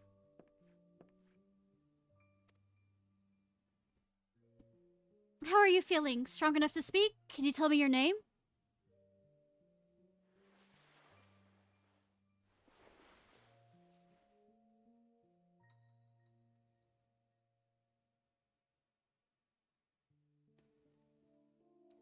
My name is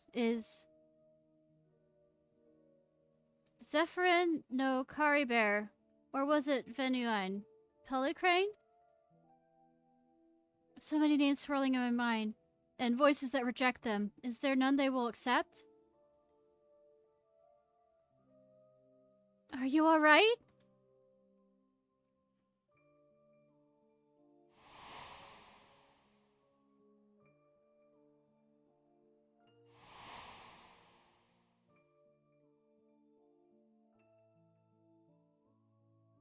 Vendrio. My name is Vane. Well now, that's the same name as our infirmary. I dare say fate has guided you to us. So, Vane, if you're looking up to a little conversation, can you tell me about yourself? Anything else you remember?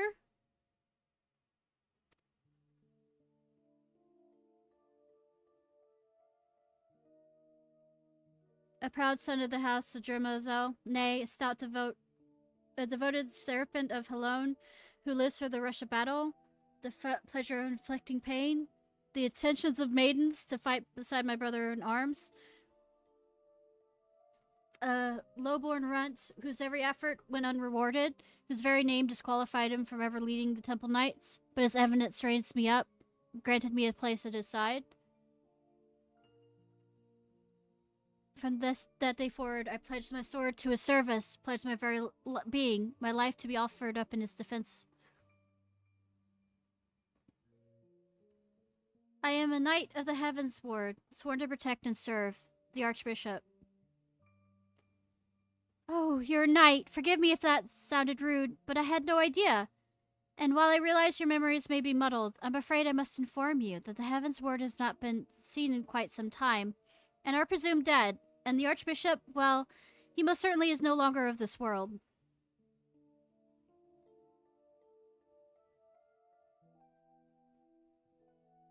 But first thing is, you're safe now, and we'll help you get back on your feet. Speaking of which, let me bring you some food and water. You must be absolutely famished.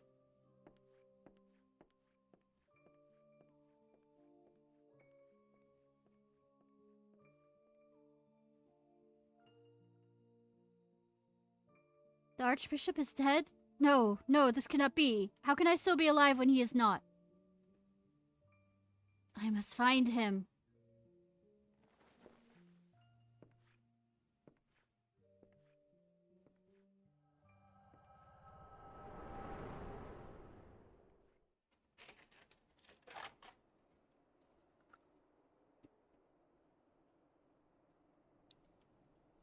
Ishnai! Oh, hi.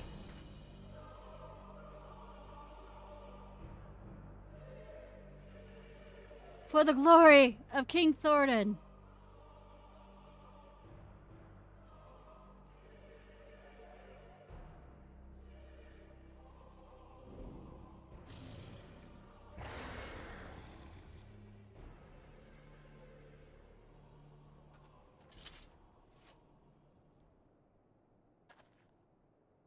Another vision, I take it?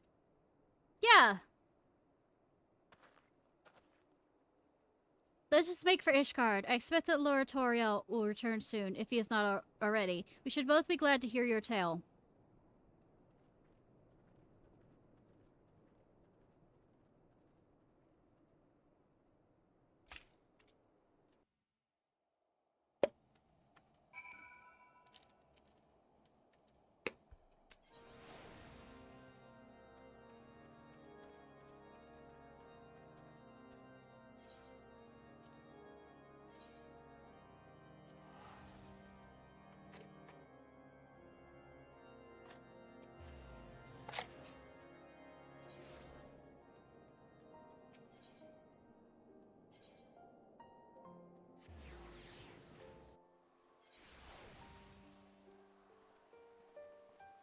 Do-do-do.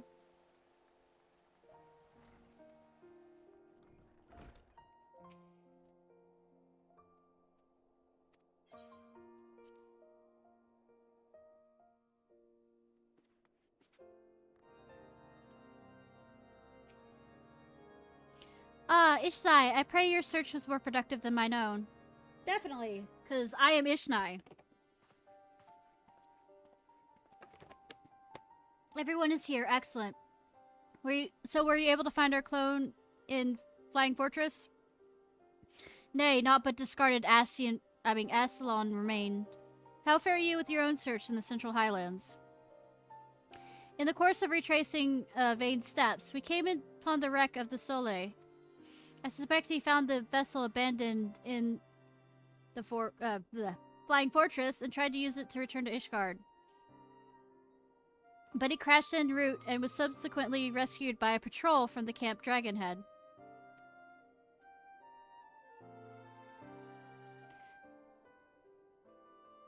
It would seem, and the Archbishop's airship was not the only one thing we found. Profane Faffy was there too. The creature chose to fled, but not before Ishnai had a vision of Vane's past. Go on, my friend. Share with us what you witnessed.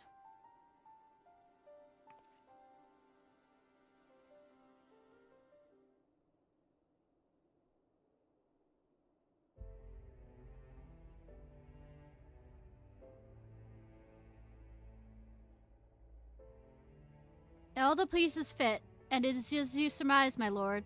Vane and the clone are one and the same, and in his despair he turned into the Blasphemy. Yet the confusion he exhibited when asked his name, 'tis as if he wasn't sure of his own identity. In accordance to the Scions, Parmels retain their memories of their previous incarnations. From this, it may be assumed that the clone harbors memories of all those who became King Thoradin and his Knights 12. Though he struggled to reconcile these conflicting memories, he managed to settle on the name Van. The voices within are clearly in agreement when facing Ishnai, the mere sight of whom drove the Blasphemy to flee. Above all, however, they share in the desire to protect the Archbishop. This desire was seared into Van's very being, and when he learned of that he no longer had a purpose, the Heavens Ward took up arms against us in Ishgard. By their hands were we robbed of one of our finest knights and a dear friend. Even so, I would not wish such a terrible fate upon them. The self-same fate inflicted upon many clergymen, and a fate I fear ordinary citizens will succumb to if we fail to act. The people will not soon forget the betrayal of our church leadership, nor should they, but absence the comfort and stability once afforded to them by the institution, many have become lost and are all too vulnerable to despair.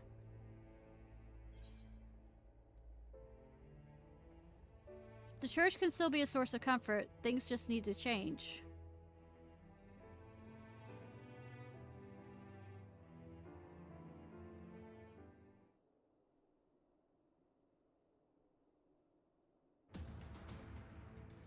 I thought as much myself, my friend, but to hear you say it as well. Indeed, when the ground upon which we stand crumbles, we must find the strength to move onwards, even if it should cause us pain to do so. Lord Atoriel, at the next house session, I shall call for an Isminal council to be held. My lord, such a gathering is reserved for... Oh! You intend for the church to codify a new doctrine. Since the separation of religion and state, we have refrained from interfering in church affairs. But if the church is to remain a part of Ishgardian society and continue serving the people, it must reconsider its role and formally address recent revelations.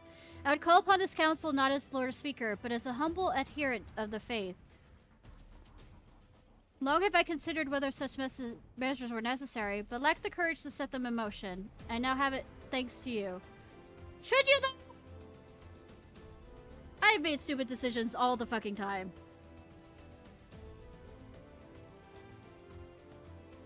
I shall tend to the necessary preparations, you know, the bureaucracy, the boring stuff, the politics. And with other things, we must reach out to those clergymen who are amenable to reform. I ask for your patience in the meantime. Trust me, you'll only have 5 seconds of it.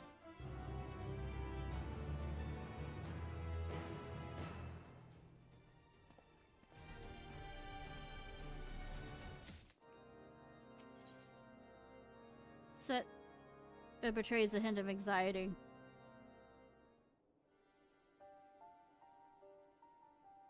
Ah, Ishnai. Owing to Lord Aelmic's swift action, I am pleased to say that the Commensal Council will soon be held. In the case you're unaware, the Council is the highest assembly in the Ishgardian Orthodox Church. Its purpose is to deliberate and decide upon doctrine. The previous one was held no less than 80 years ago, and the 4 archbishops have since come and gone. As such, most of the Skardians know little of it, save that which they've read in historical records. Traditionally, the archbishop and the members of the synod would meet behind closed doors. In light of Bishop Fart's fate, however, this time the doors will be thrown open to the public.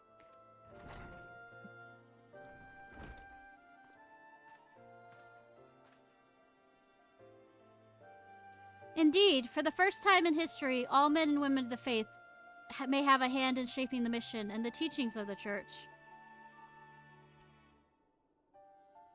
So they figured out how to get past my, well, say, blocked terms.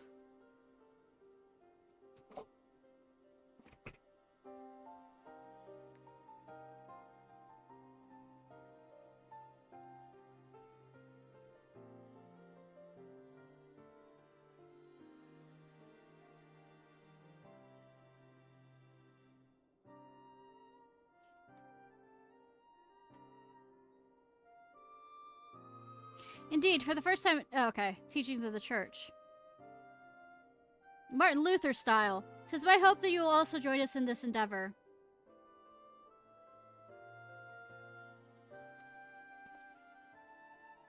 Deacon Flem, allow me to express our gratitude for your efforts in facilitating the council. We appreciate the difficulty of your position. I merely heed my conscience and my faith, my lord. Hey, baby. Yeah, I know you want attention.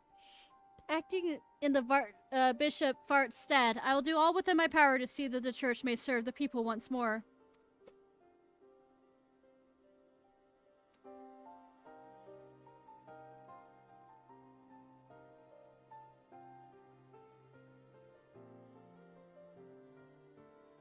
Actually...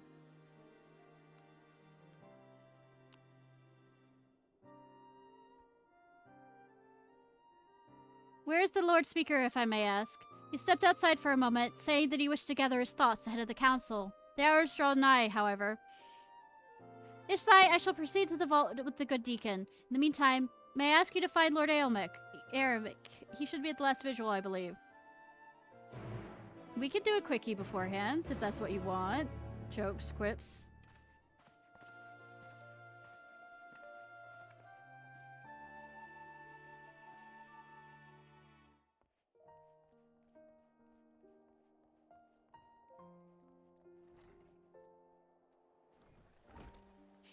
So, yeah, you probably missed it, but I made the joke of, we could do a quickie, if it's going to be, you know, like before the, you know, meeting.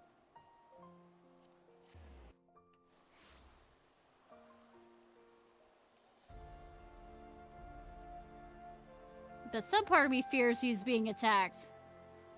Or not. Or is about to be attacked. Adrenaline rush makes sex better! Jokey, jokey.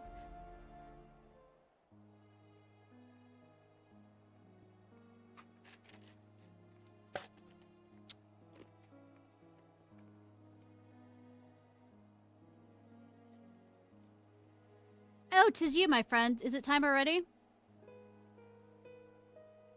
I see. My apologies for making you come and fetch me. I have been thinking, Ishnai, on the path I have chosen to walk, and all those who have left behind as a consequence of my actions. Those who died fighting, those who burdened with boundless grief, those deprived of position and purpose.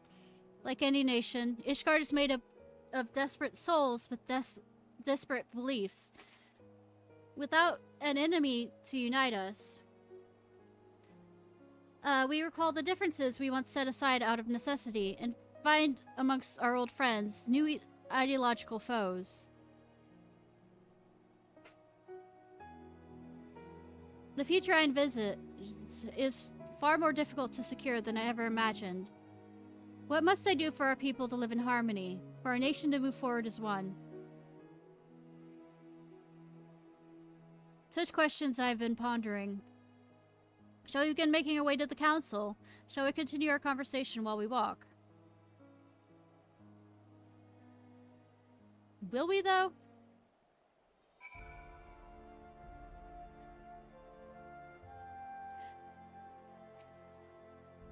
Ready, then let us be off. It's agreeable. I'd like to look into the Forteps Manor. Accompany you. Keep him at your side. Yeah.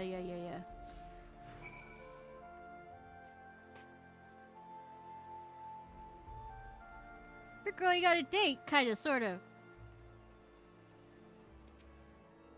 It feels like another age that you and yours were no more than foreign wards at the House of Forteps. In actual fact, it may be considered so. For your coming set in motion a chain of events that brought an end to the Dragonsong War, ushering a new age of harmony. You paved the way for meaningful change in our nation, and for that you shall ever have my gratitude. Now then, shall we continue to the architects? I thought we were gonna, like, let's say, check in on, in the sense of, talk to the Lord of the House, like the, former Lord of the House, but okay. Too much praises, please no. King Thoradin and his Knights 12. The murderers of, since the truth of their ancient crime came to light, many have demanded these images be torn down. Yet, though what our founding fathers did was wrong, it is neither right to simply expunge them and their deeds from history. To do so would be to deny our people's part in what followed for 1,000 years. We have the chance to forge a new future, but we as a nation must decide how we must confront our past. Forgive me, I was lost in thought yet again. Let us join Deacon Flim at the vault. Well, I mean, kind of the same way that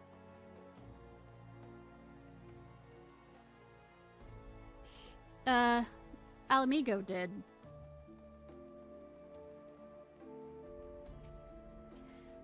There you are, my friends. The council is about to convene. Let us take our place in the audience hall.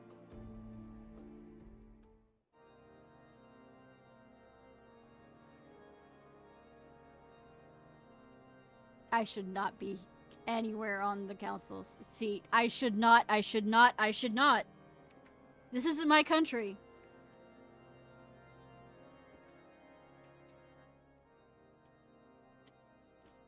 Esteemed members of the clergy and honored adherents of the faith, I thank you all for your attendance. In recent days, our nation has been racked by a series of tragedies. Those among us who do Halon's work has been transformed into abominations. This dreadful phenomenon has been brought about by the final days, and it is upon our despair and anguish it feeds. Thus, if we are to prevent further tragedy, we must strive to ensure that all Ishgardians, clergymen and citizens alike, abide with peace and love for one another in their hearts. To that end, I call for this council, the first of generations, that we might together determine a path forward for the church and our society as a whole.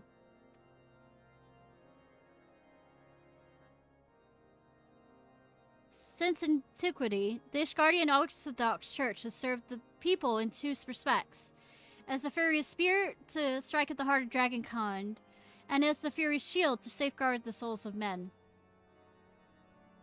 But now we are at peace with the Dravonians. The church no longer needed to serve as spear, so we must now consider how we might better serve as a shield for our brethren. The hierarchy must be reformed, and for that we need accountability. The upper echelon must be stripped to the rank at minimum, and investigations conducted, and trials held, if evidence is sufficiently damning, and then may turn our attention to their doctrine of lies.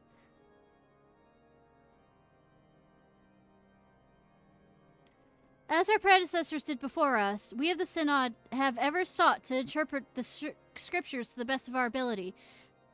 The hints convey the Hallown's will to the people. Such fervent pursuit of retribution at the expense of doctrine will come also at the expense of our fate.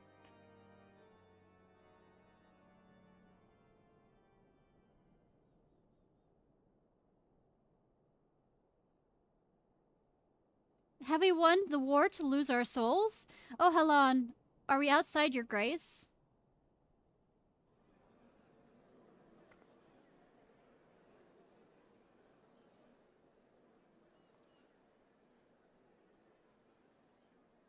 This bodes ill. At this rate, someone might turn.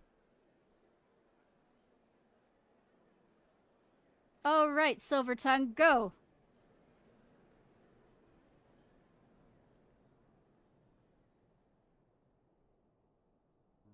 Since the war's end, the Church and faithful have stood at a crossroads, unable to take the next step forward. His Grace, Bishop Fart, may walk in Hallown's halls, was one such soul. At his longing for simpler times, he resorted to using forbidden magics. He succumbed to despair.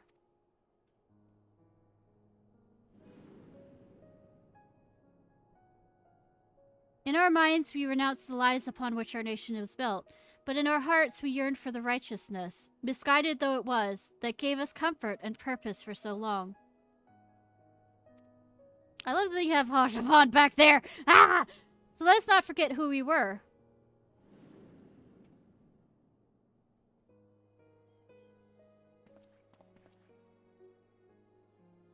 Let us confront the mistakes of the past and learn from them, that we do not repeat the mistakes of our forefathers. Forefathers.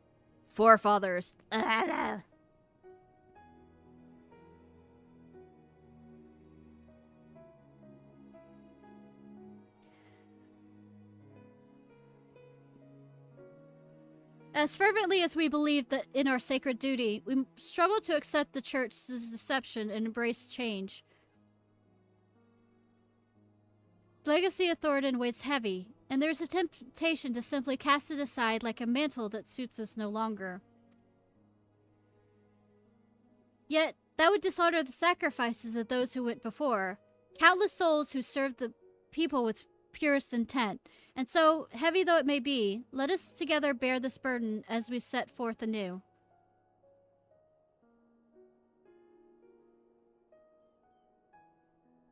Our friend Ishnai risked life and limb to reveal the truth to us.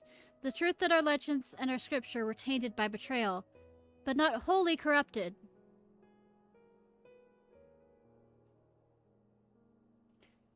Though the great walls and towering spires of our city may have been built with murder and deception, they rest upon a foundation immutable and true, our devotion to Hallown, whom we have worshipped since before our forefathers settled these lands. The Church is a font of practical wisdom, and its teaching guide us in our daily lives. Such things define our faith no less than the lies. We can acknowledge our sins without renouncing our religion. Aye, and without rejecting who we are. A comprehensive review of the scriptures as well as historical literature will be necessary. Revisions as appropriate must be made to ensure the truth of our past is preserved for future generations.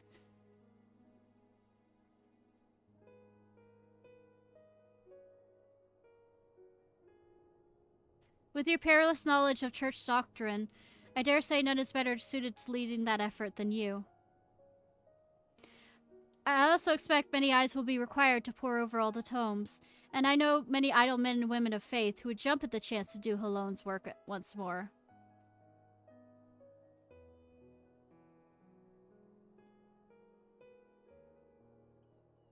That day, so very long ago, I had no answer to my father's words, but it seems the people had it within them all along.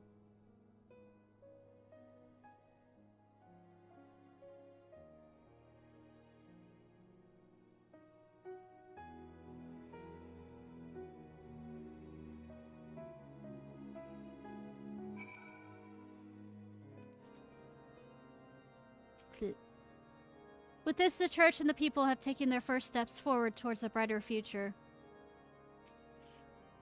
'Tis well, Lord Amok, interjected when he did.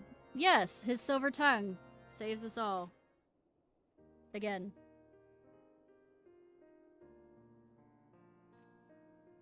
The council went better than I dared hope. Truly, while the details remained to be decided, 'twas a resounding success. Your words have helped everyone find a common ground. I know not how to thank you. Much credit must go to Ishnai. In the face of great hardships, never did she hesitate to press on, and our people have not forgotten this. Stop the praises, stop the praises, stop the praises! Indeed, while I do remember the day you flew into Ishgard upon a dragon's back, in making possible the impossible, you have inspired us all. In you we glimpse the fury, a vision of courage in the face of uncertainty. Looking to your example, we shall endeavor to bring about change in the church for the future generations of all Ishgardians. Well, for all Ishgardians, excuse me. Added a few words in there. There will, of course, still be souls who struggle to rise above the mire of despair. But my fellows and I shall be there to take their hand in faith and love. For what is faith if not salvation? Despair? Well, I had best return to the cathedral. We have much to do and more. But ere I forget, I have tracked down that which you requested. Some repairs will be necessary, but it will be seen to with all haste.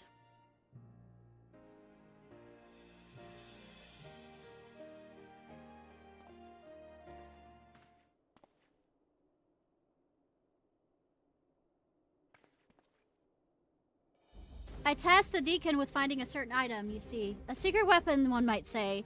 Given what we know of profane Faffy, I suspect it will be of great use on our hunt. Once the repairs are complete, we shall be ready to strike. With the church having reached an accord with the people, the risk of more clergymen turning is greatly diminished. We may now focus entirely on the blasphemy.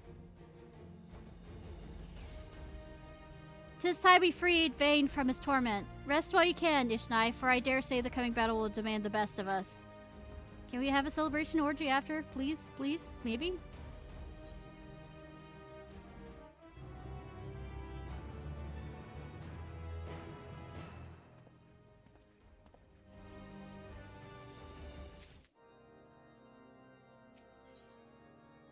Toriel is a sight set on.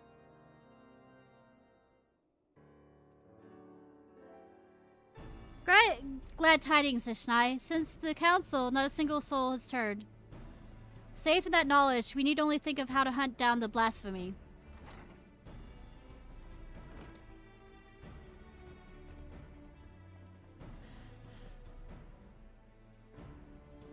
Ishnai, you are here too. Excellent.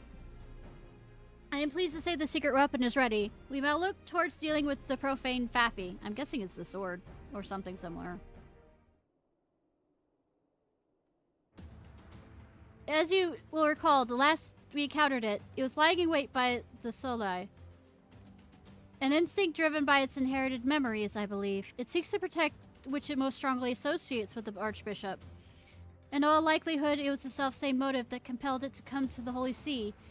From the skies above, it keeps watch over the Holy Vault. When it next descends, we shall exploit this instinct by using the secret weapon to lure it to the chancel. What exactly is a secret weapon? 'Tis none other than the Fury's Grace, the holy crosier of the... Okay, holy hat of the Archbishop. Suspecting that Bishop... Fox... What did I say, Fox? Fart retrieved it from, the floating castle. I had Deacon Flim search his private quarters. My suspicions proved correct. With the crosier in hand, I shall make an irresistible bait for profane Faffy.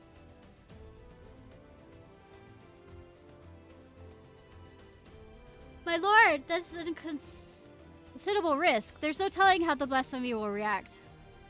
Indeed, but we can be confident that I will command his undivided attention, thus ensuring no more of our citizens placed in harm's way. If the Heavens Ward are the Archbishop's shields, then the Temple Knights are the people's. As leader of the Order, the risk is mine to bear. Also, I'm here. All the knights of the Heaven's Ward fell in the floating castle. As a vessel for their memories, Vayne may consider the last of their number. Let us go, then, and relieve him of his nay. Their duty.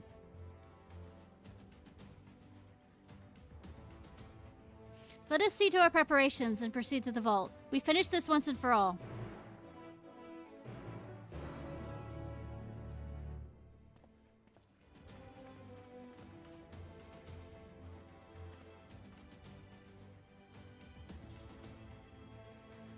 Finish it!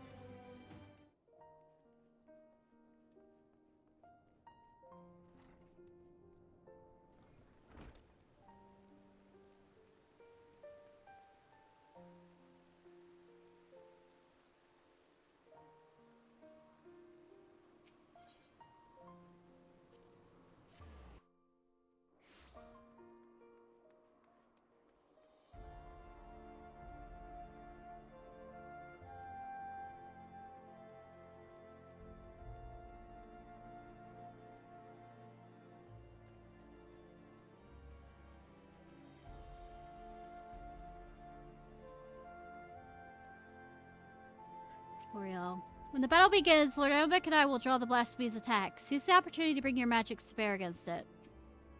If you are ready, let us set forth.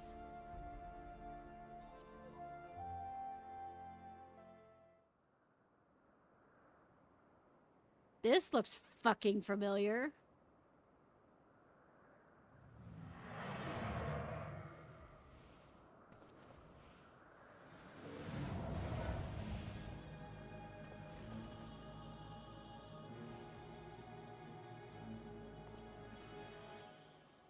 The beast has come! Now's our chance!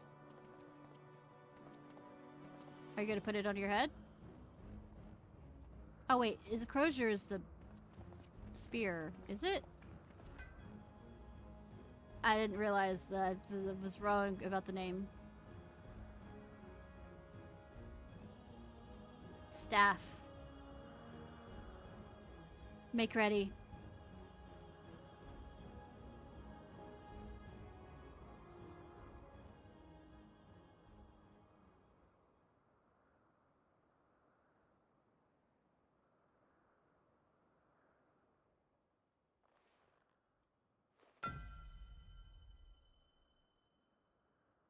Kind of bringing out to me, my knights.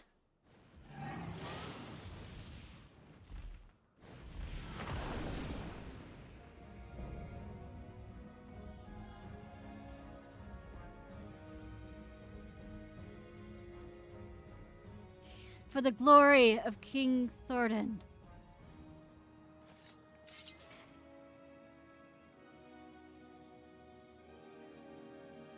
No, you are not he. A trick! This is a trick!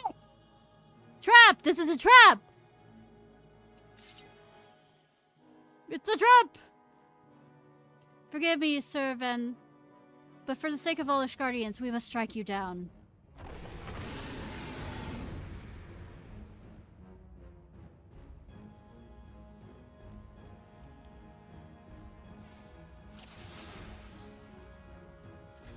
It ends here!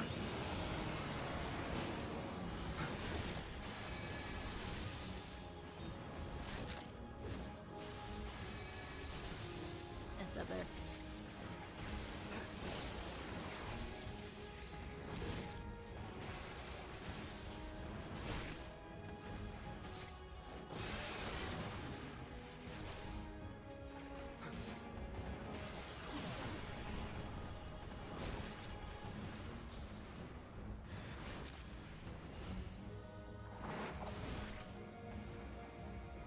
You underestimate me!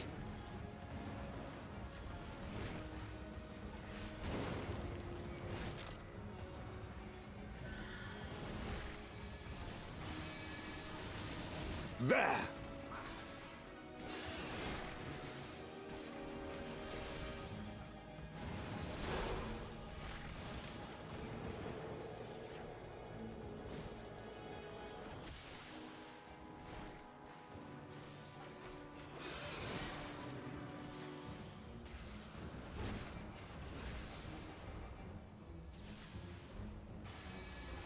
Then we'll free you from your torment.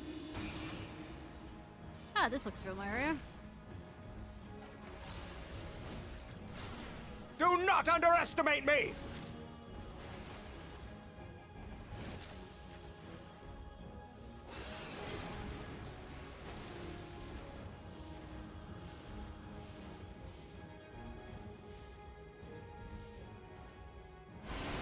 What did it say?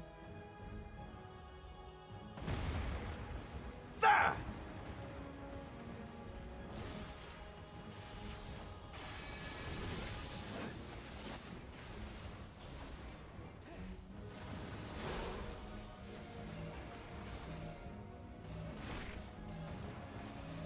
We must stand our ground!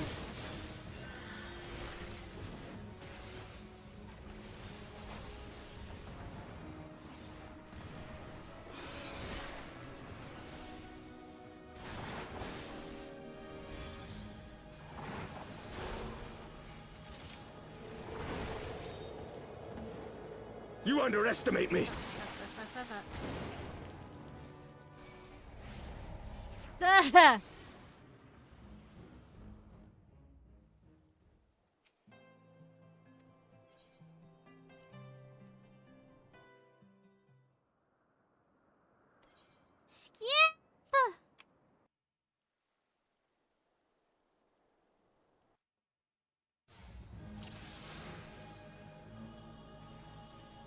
It ends here!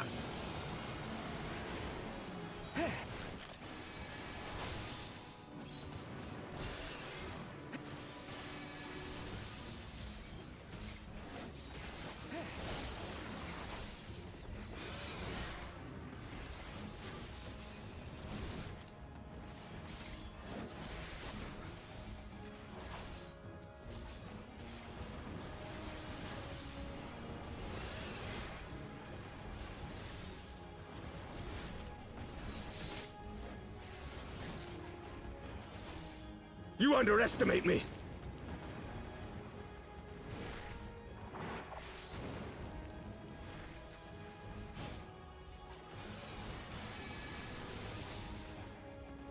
There! Sorry, I'm concentrating if I'm silent.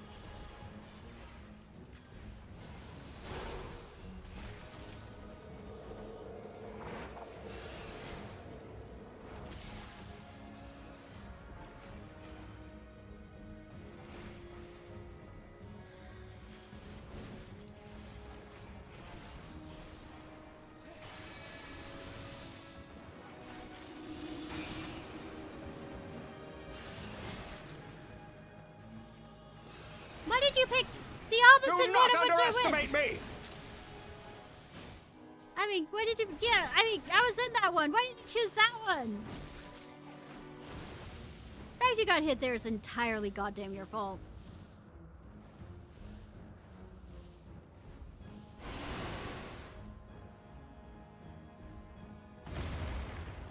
There!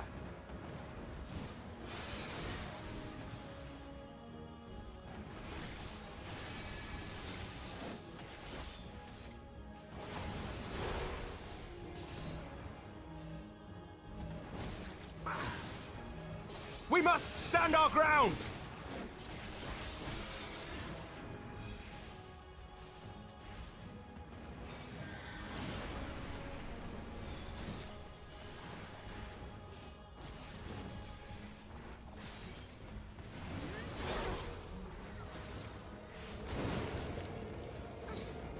You underestimate me!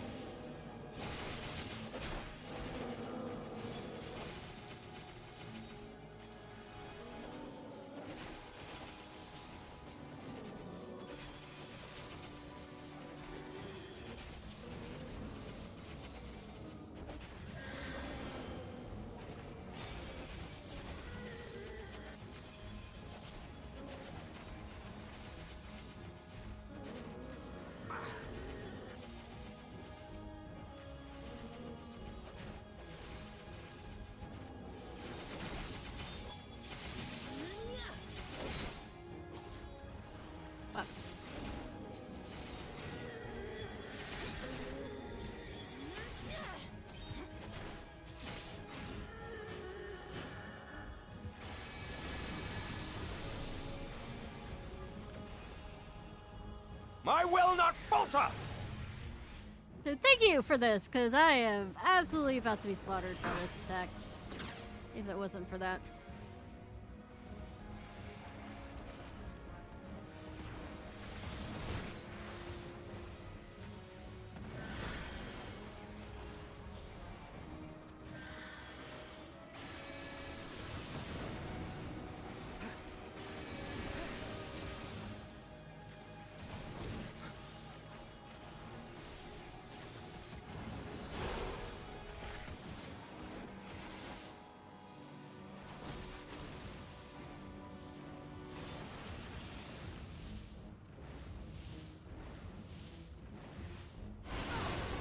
Say I'm about to regret something.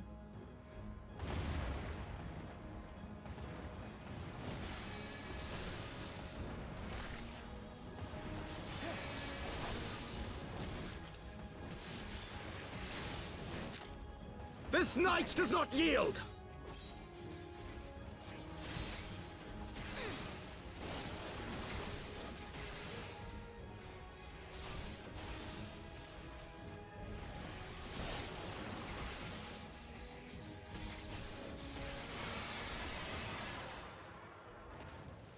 There we go.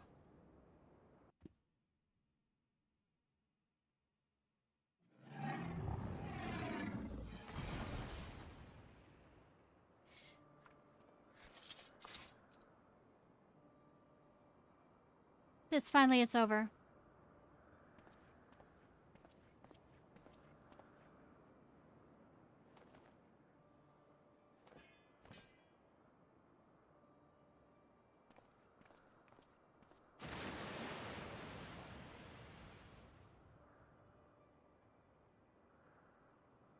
Tis the end.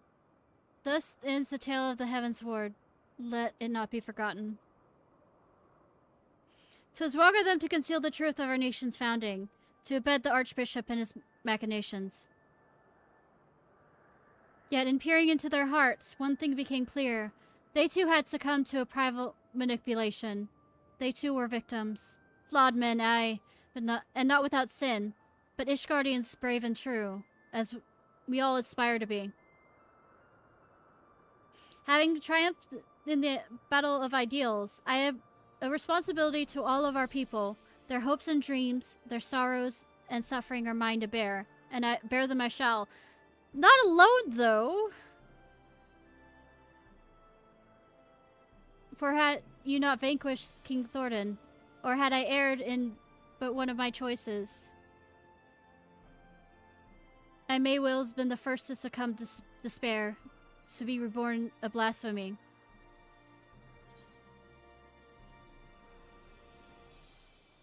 A ridiculous notion. I'm more like to become a beast than you.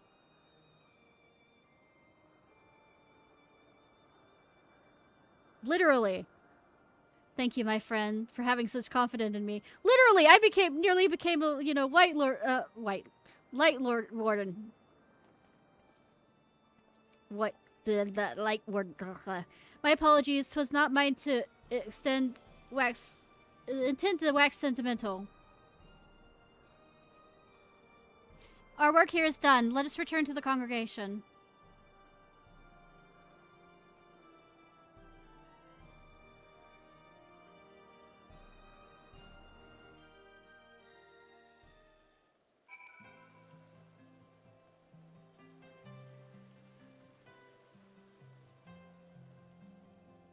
I actually might come back on Tuesday to at least have a short stream to do the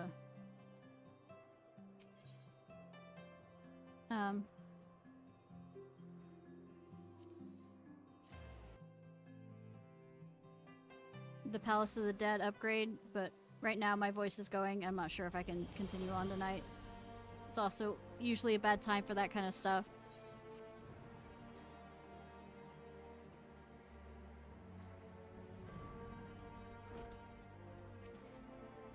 Heading to the strategy room? I should be glad to show you in.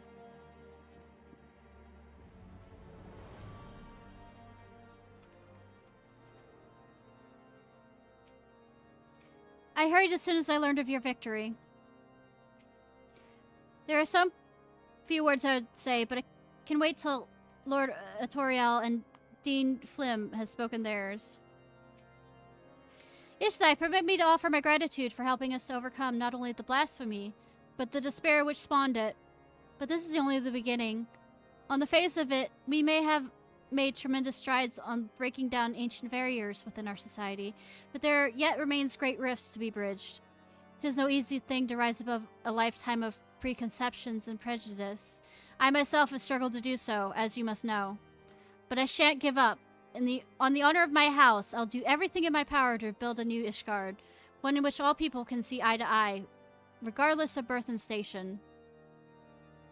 Now, I believe the Deacon has some words for you, too. Pray lend him an ear. I'm not taking off my ear to lend to him. My lady Ishnai, may I say how glad I am that you are safe and well. Just before you arrived, Lord Iomek explained to me the true nature of the man who became the blasphemy. The poor confused creature was born of the Church's mistakes, and on behalf of the clergy, I give you my heartfelt thanks for laying it to rest. As we work to reform our institutions and rebuild our relationships with the people, we remember and pray for all those who have fallen in service to the faith. And we shall pray for you as well. Wherever so your path may lead, may the Fury forever watch over you and keep you. I shall leave it at that, then. Lord Iomek wishes to speak too, and 'twould not do to keep him waiting. Yeah! Don't you owe me a dinner? Let's not keep Lord Iomek waiting. I'm still waiting on that, full dinner. This kept a silence. He has thoughts to share.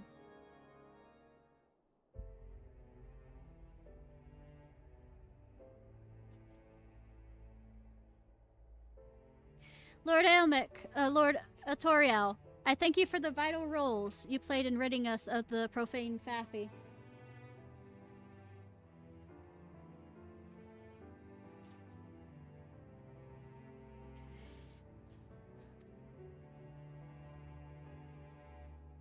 Faffy Faff. As ever, the sight of you in combat was nothing short of inspiring, except for the time that I fell, but we don't talk about that.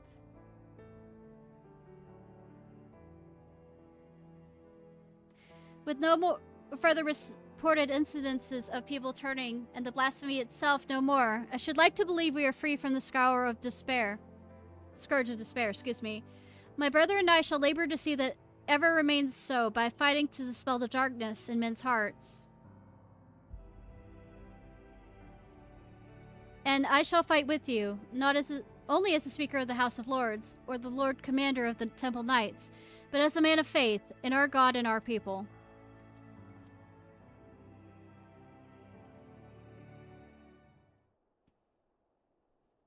Together we shall strive to fill our nation with hope. Ishnai, by now you will be sick to death of being thanked. Yes, I actually am.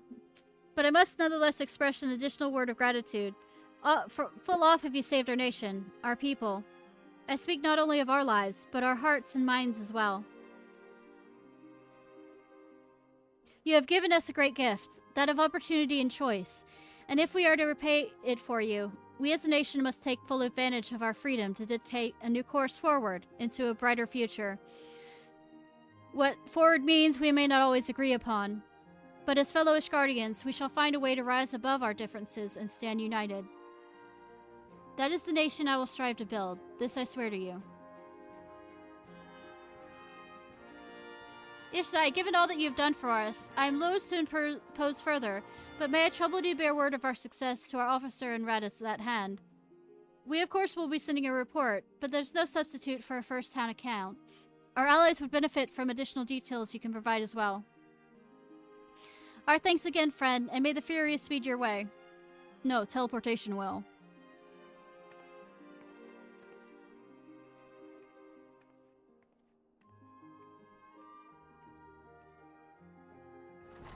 Watching my ass go, Emmerich?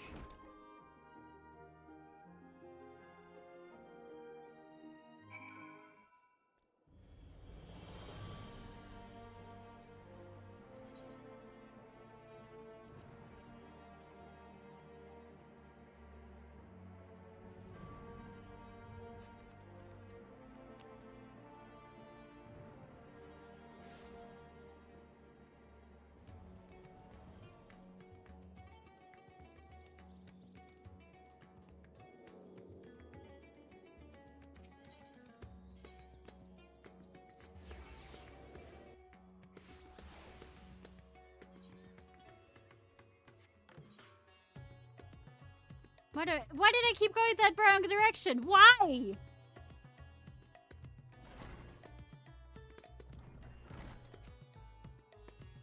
Ah, my lady Ishnai, by your return, dare I hope that the hunt for the Blasphemy was a success?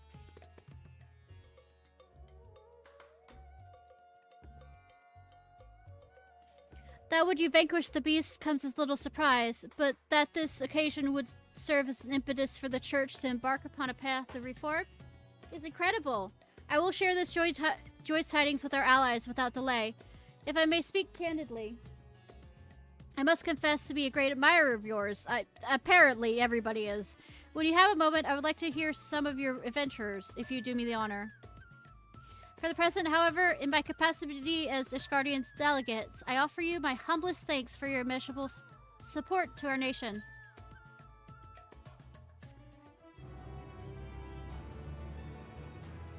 Die specific.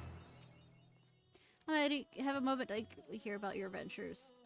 More than fear. Alright, y'all.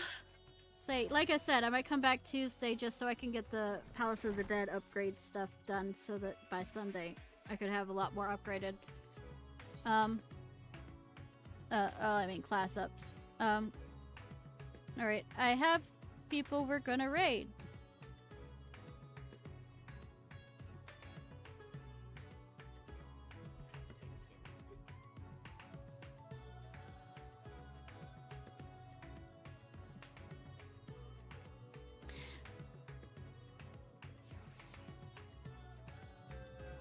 Alright, y'all. This was Ishnai Ciarfox. I hope you have a good day or night, whenever it is, wherever it is you currently are. If you're watching this on YouTube, please like, subscribe, and comment.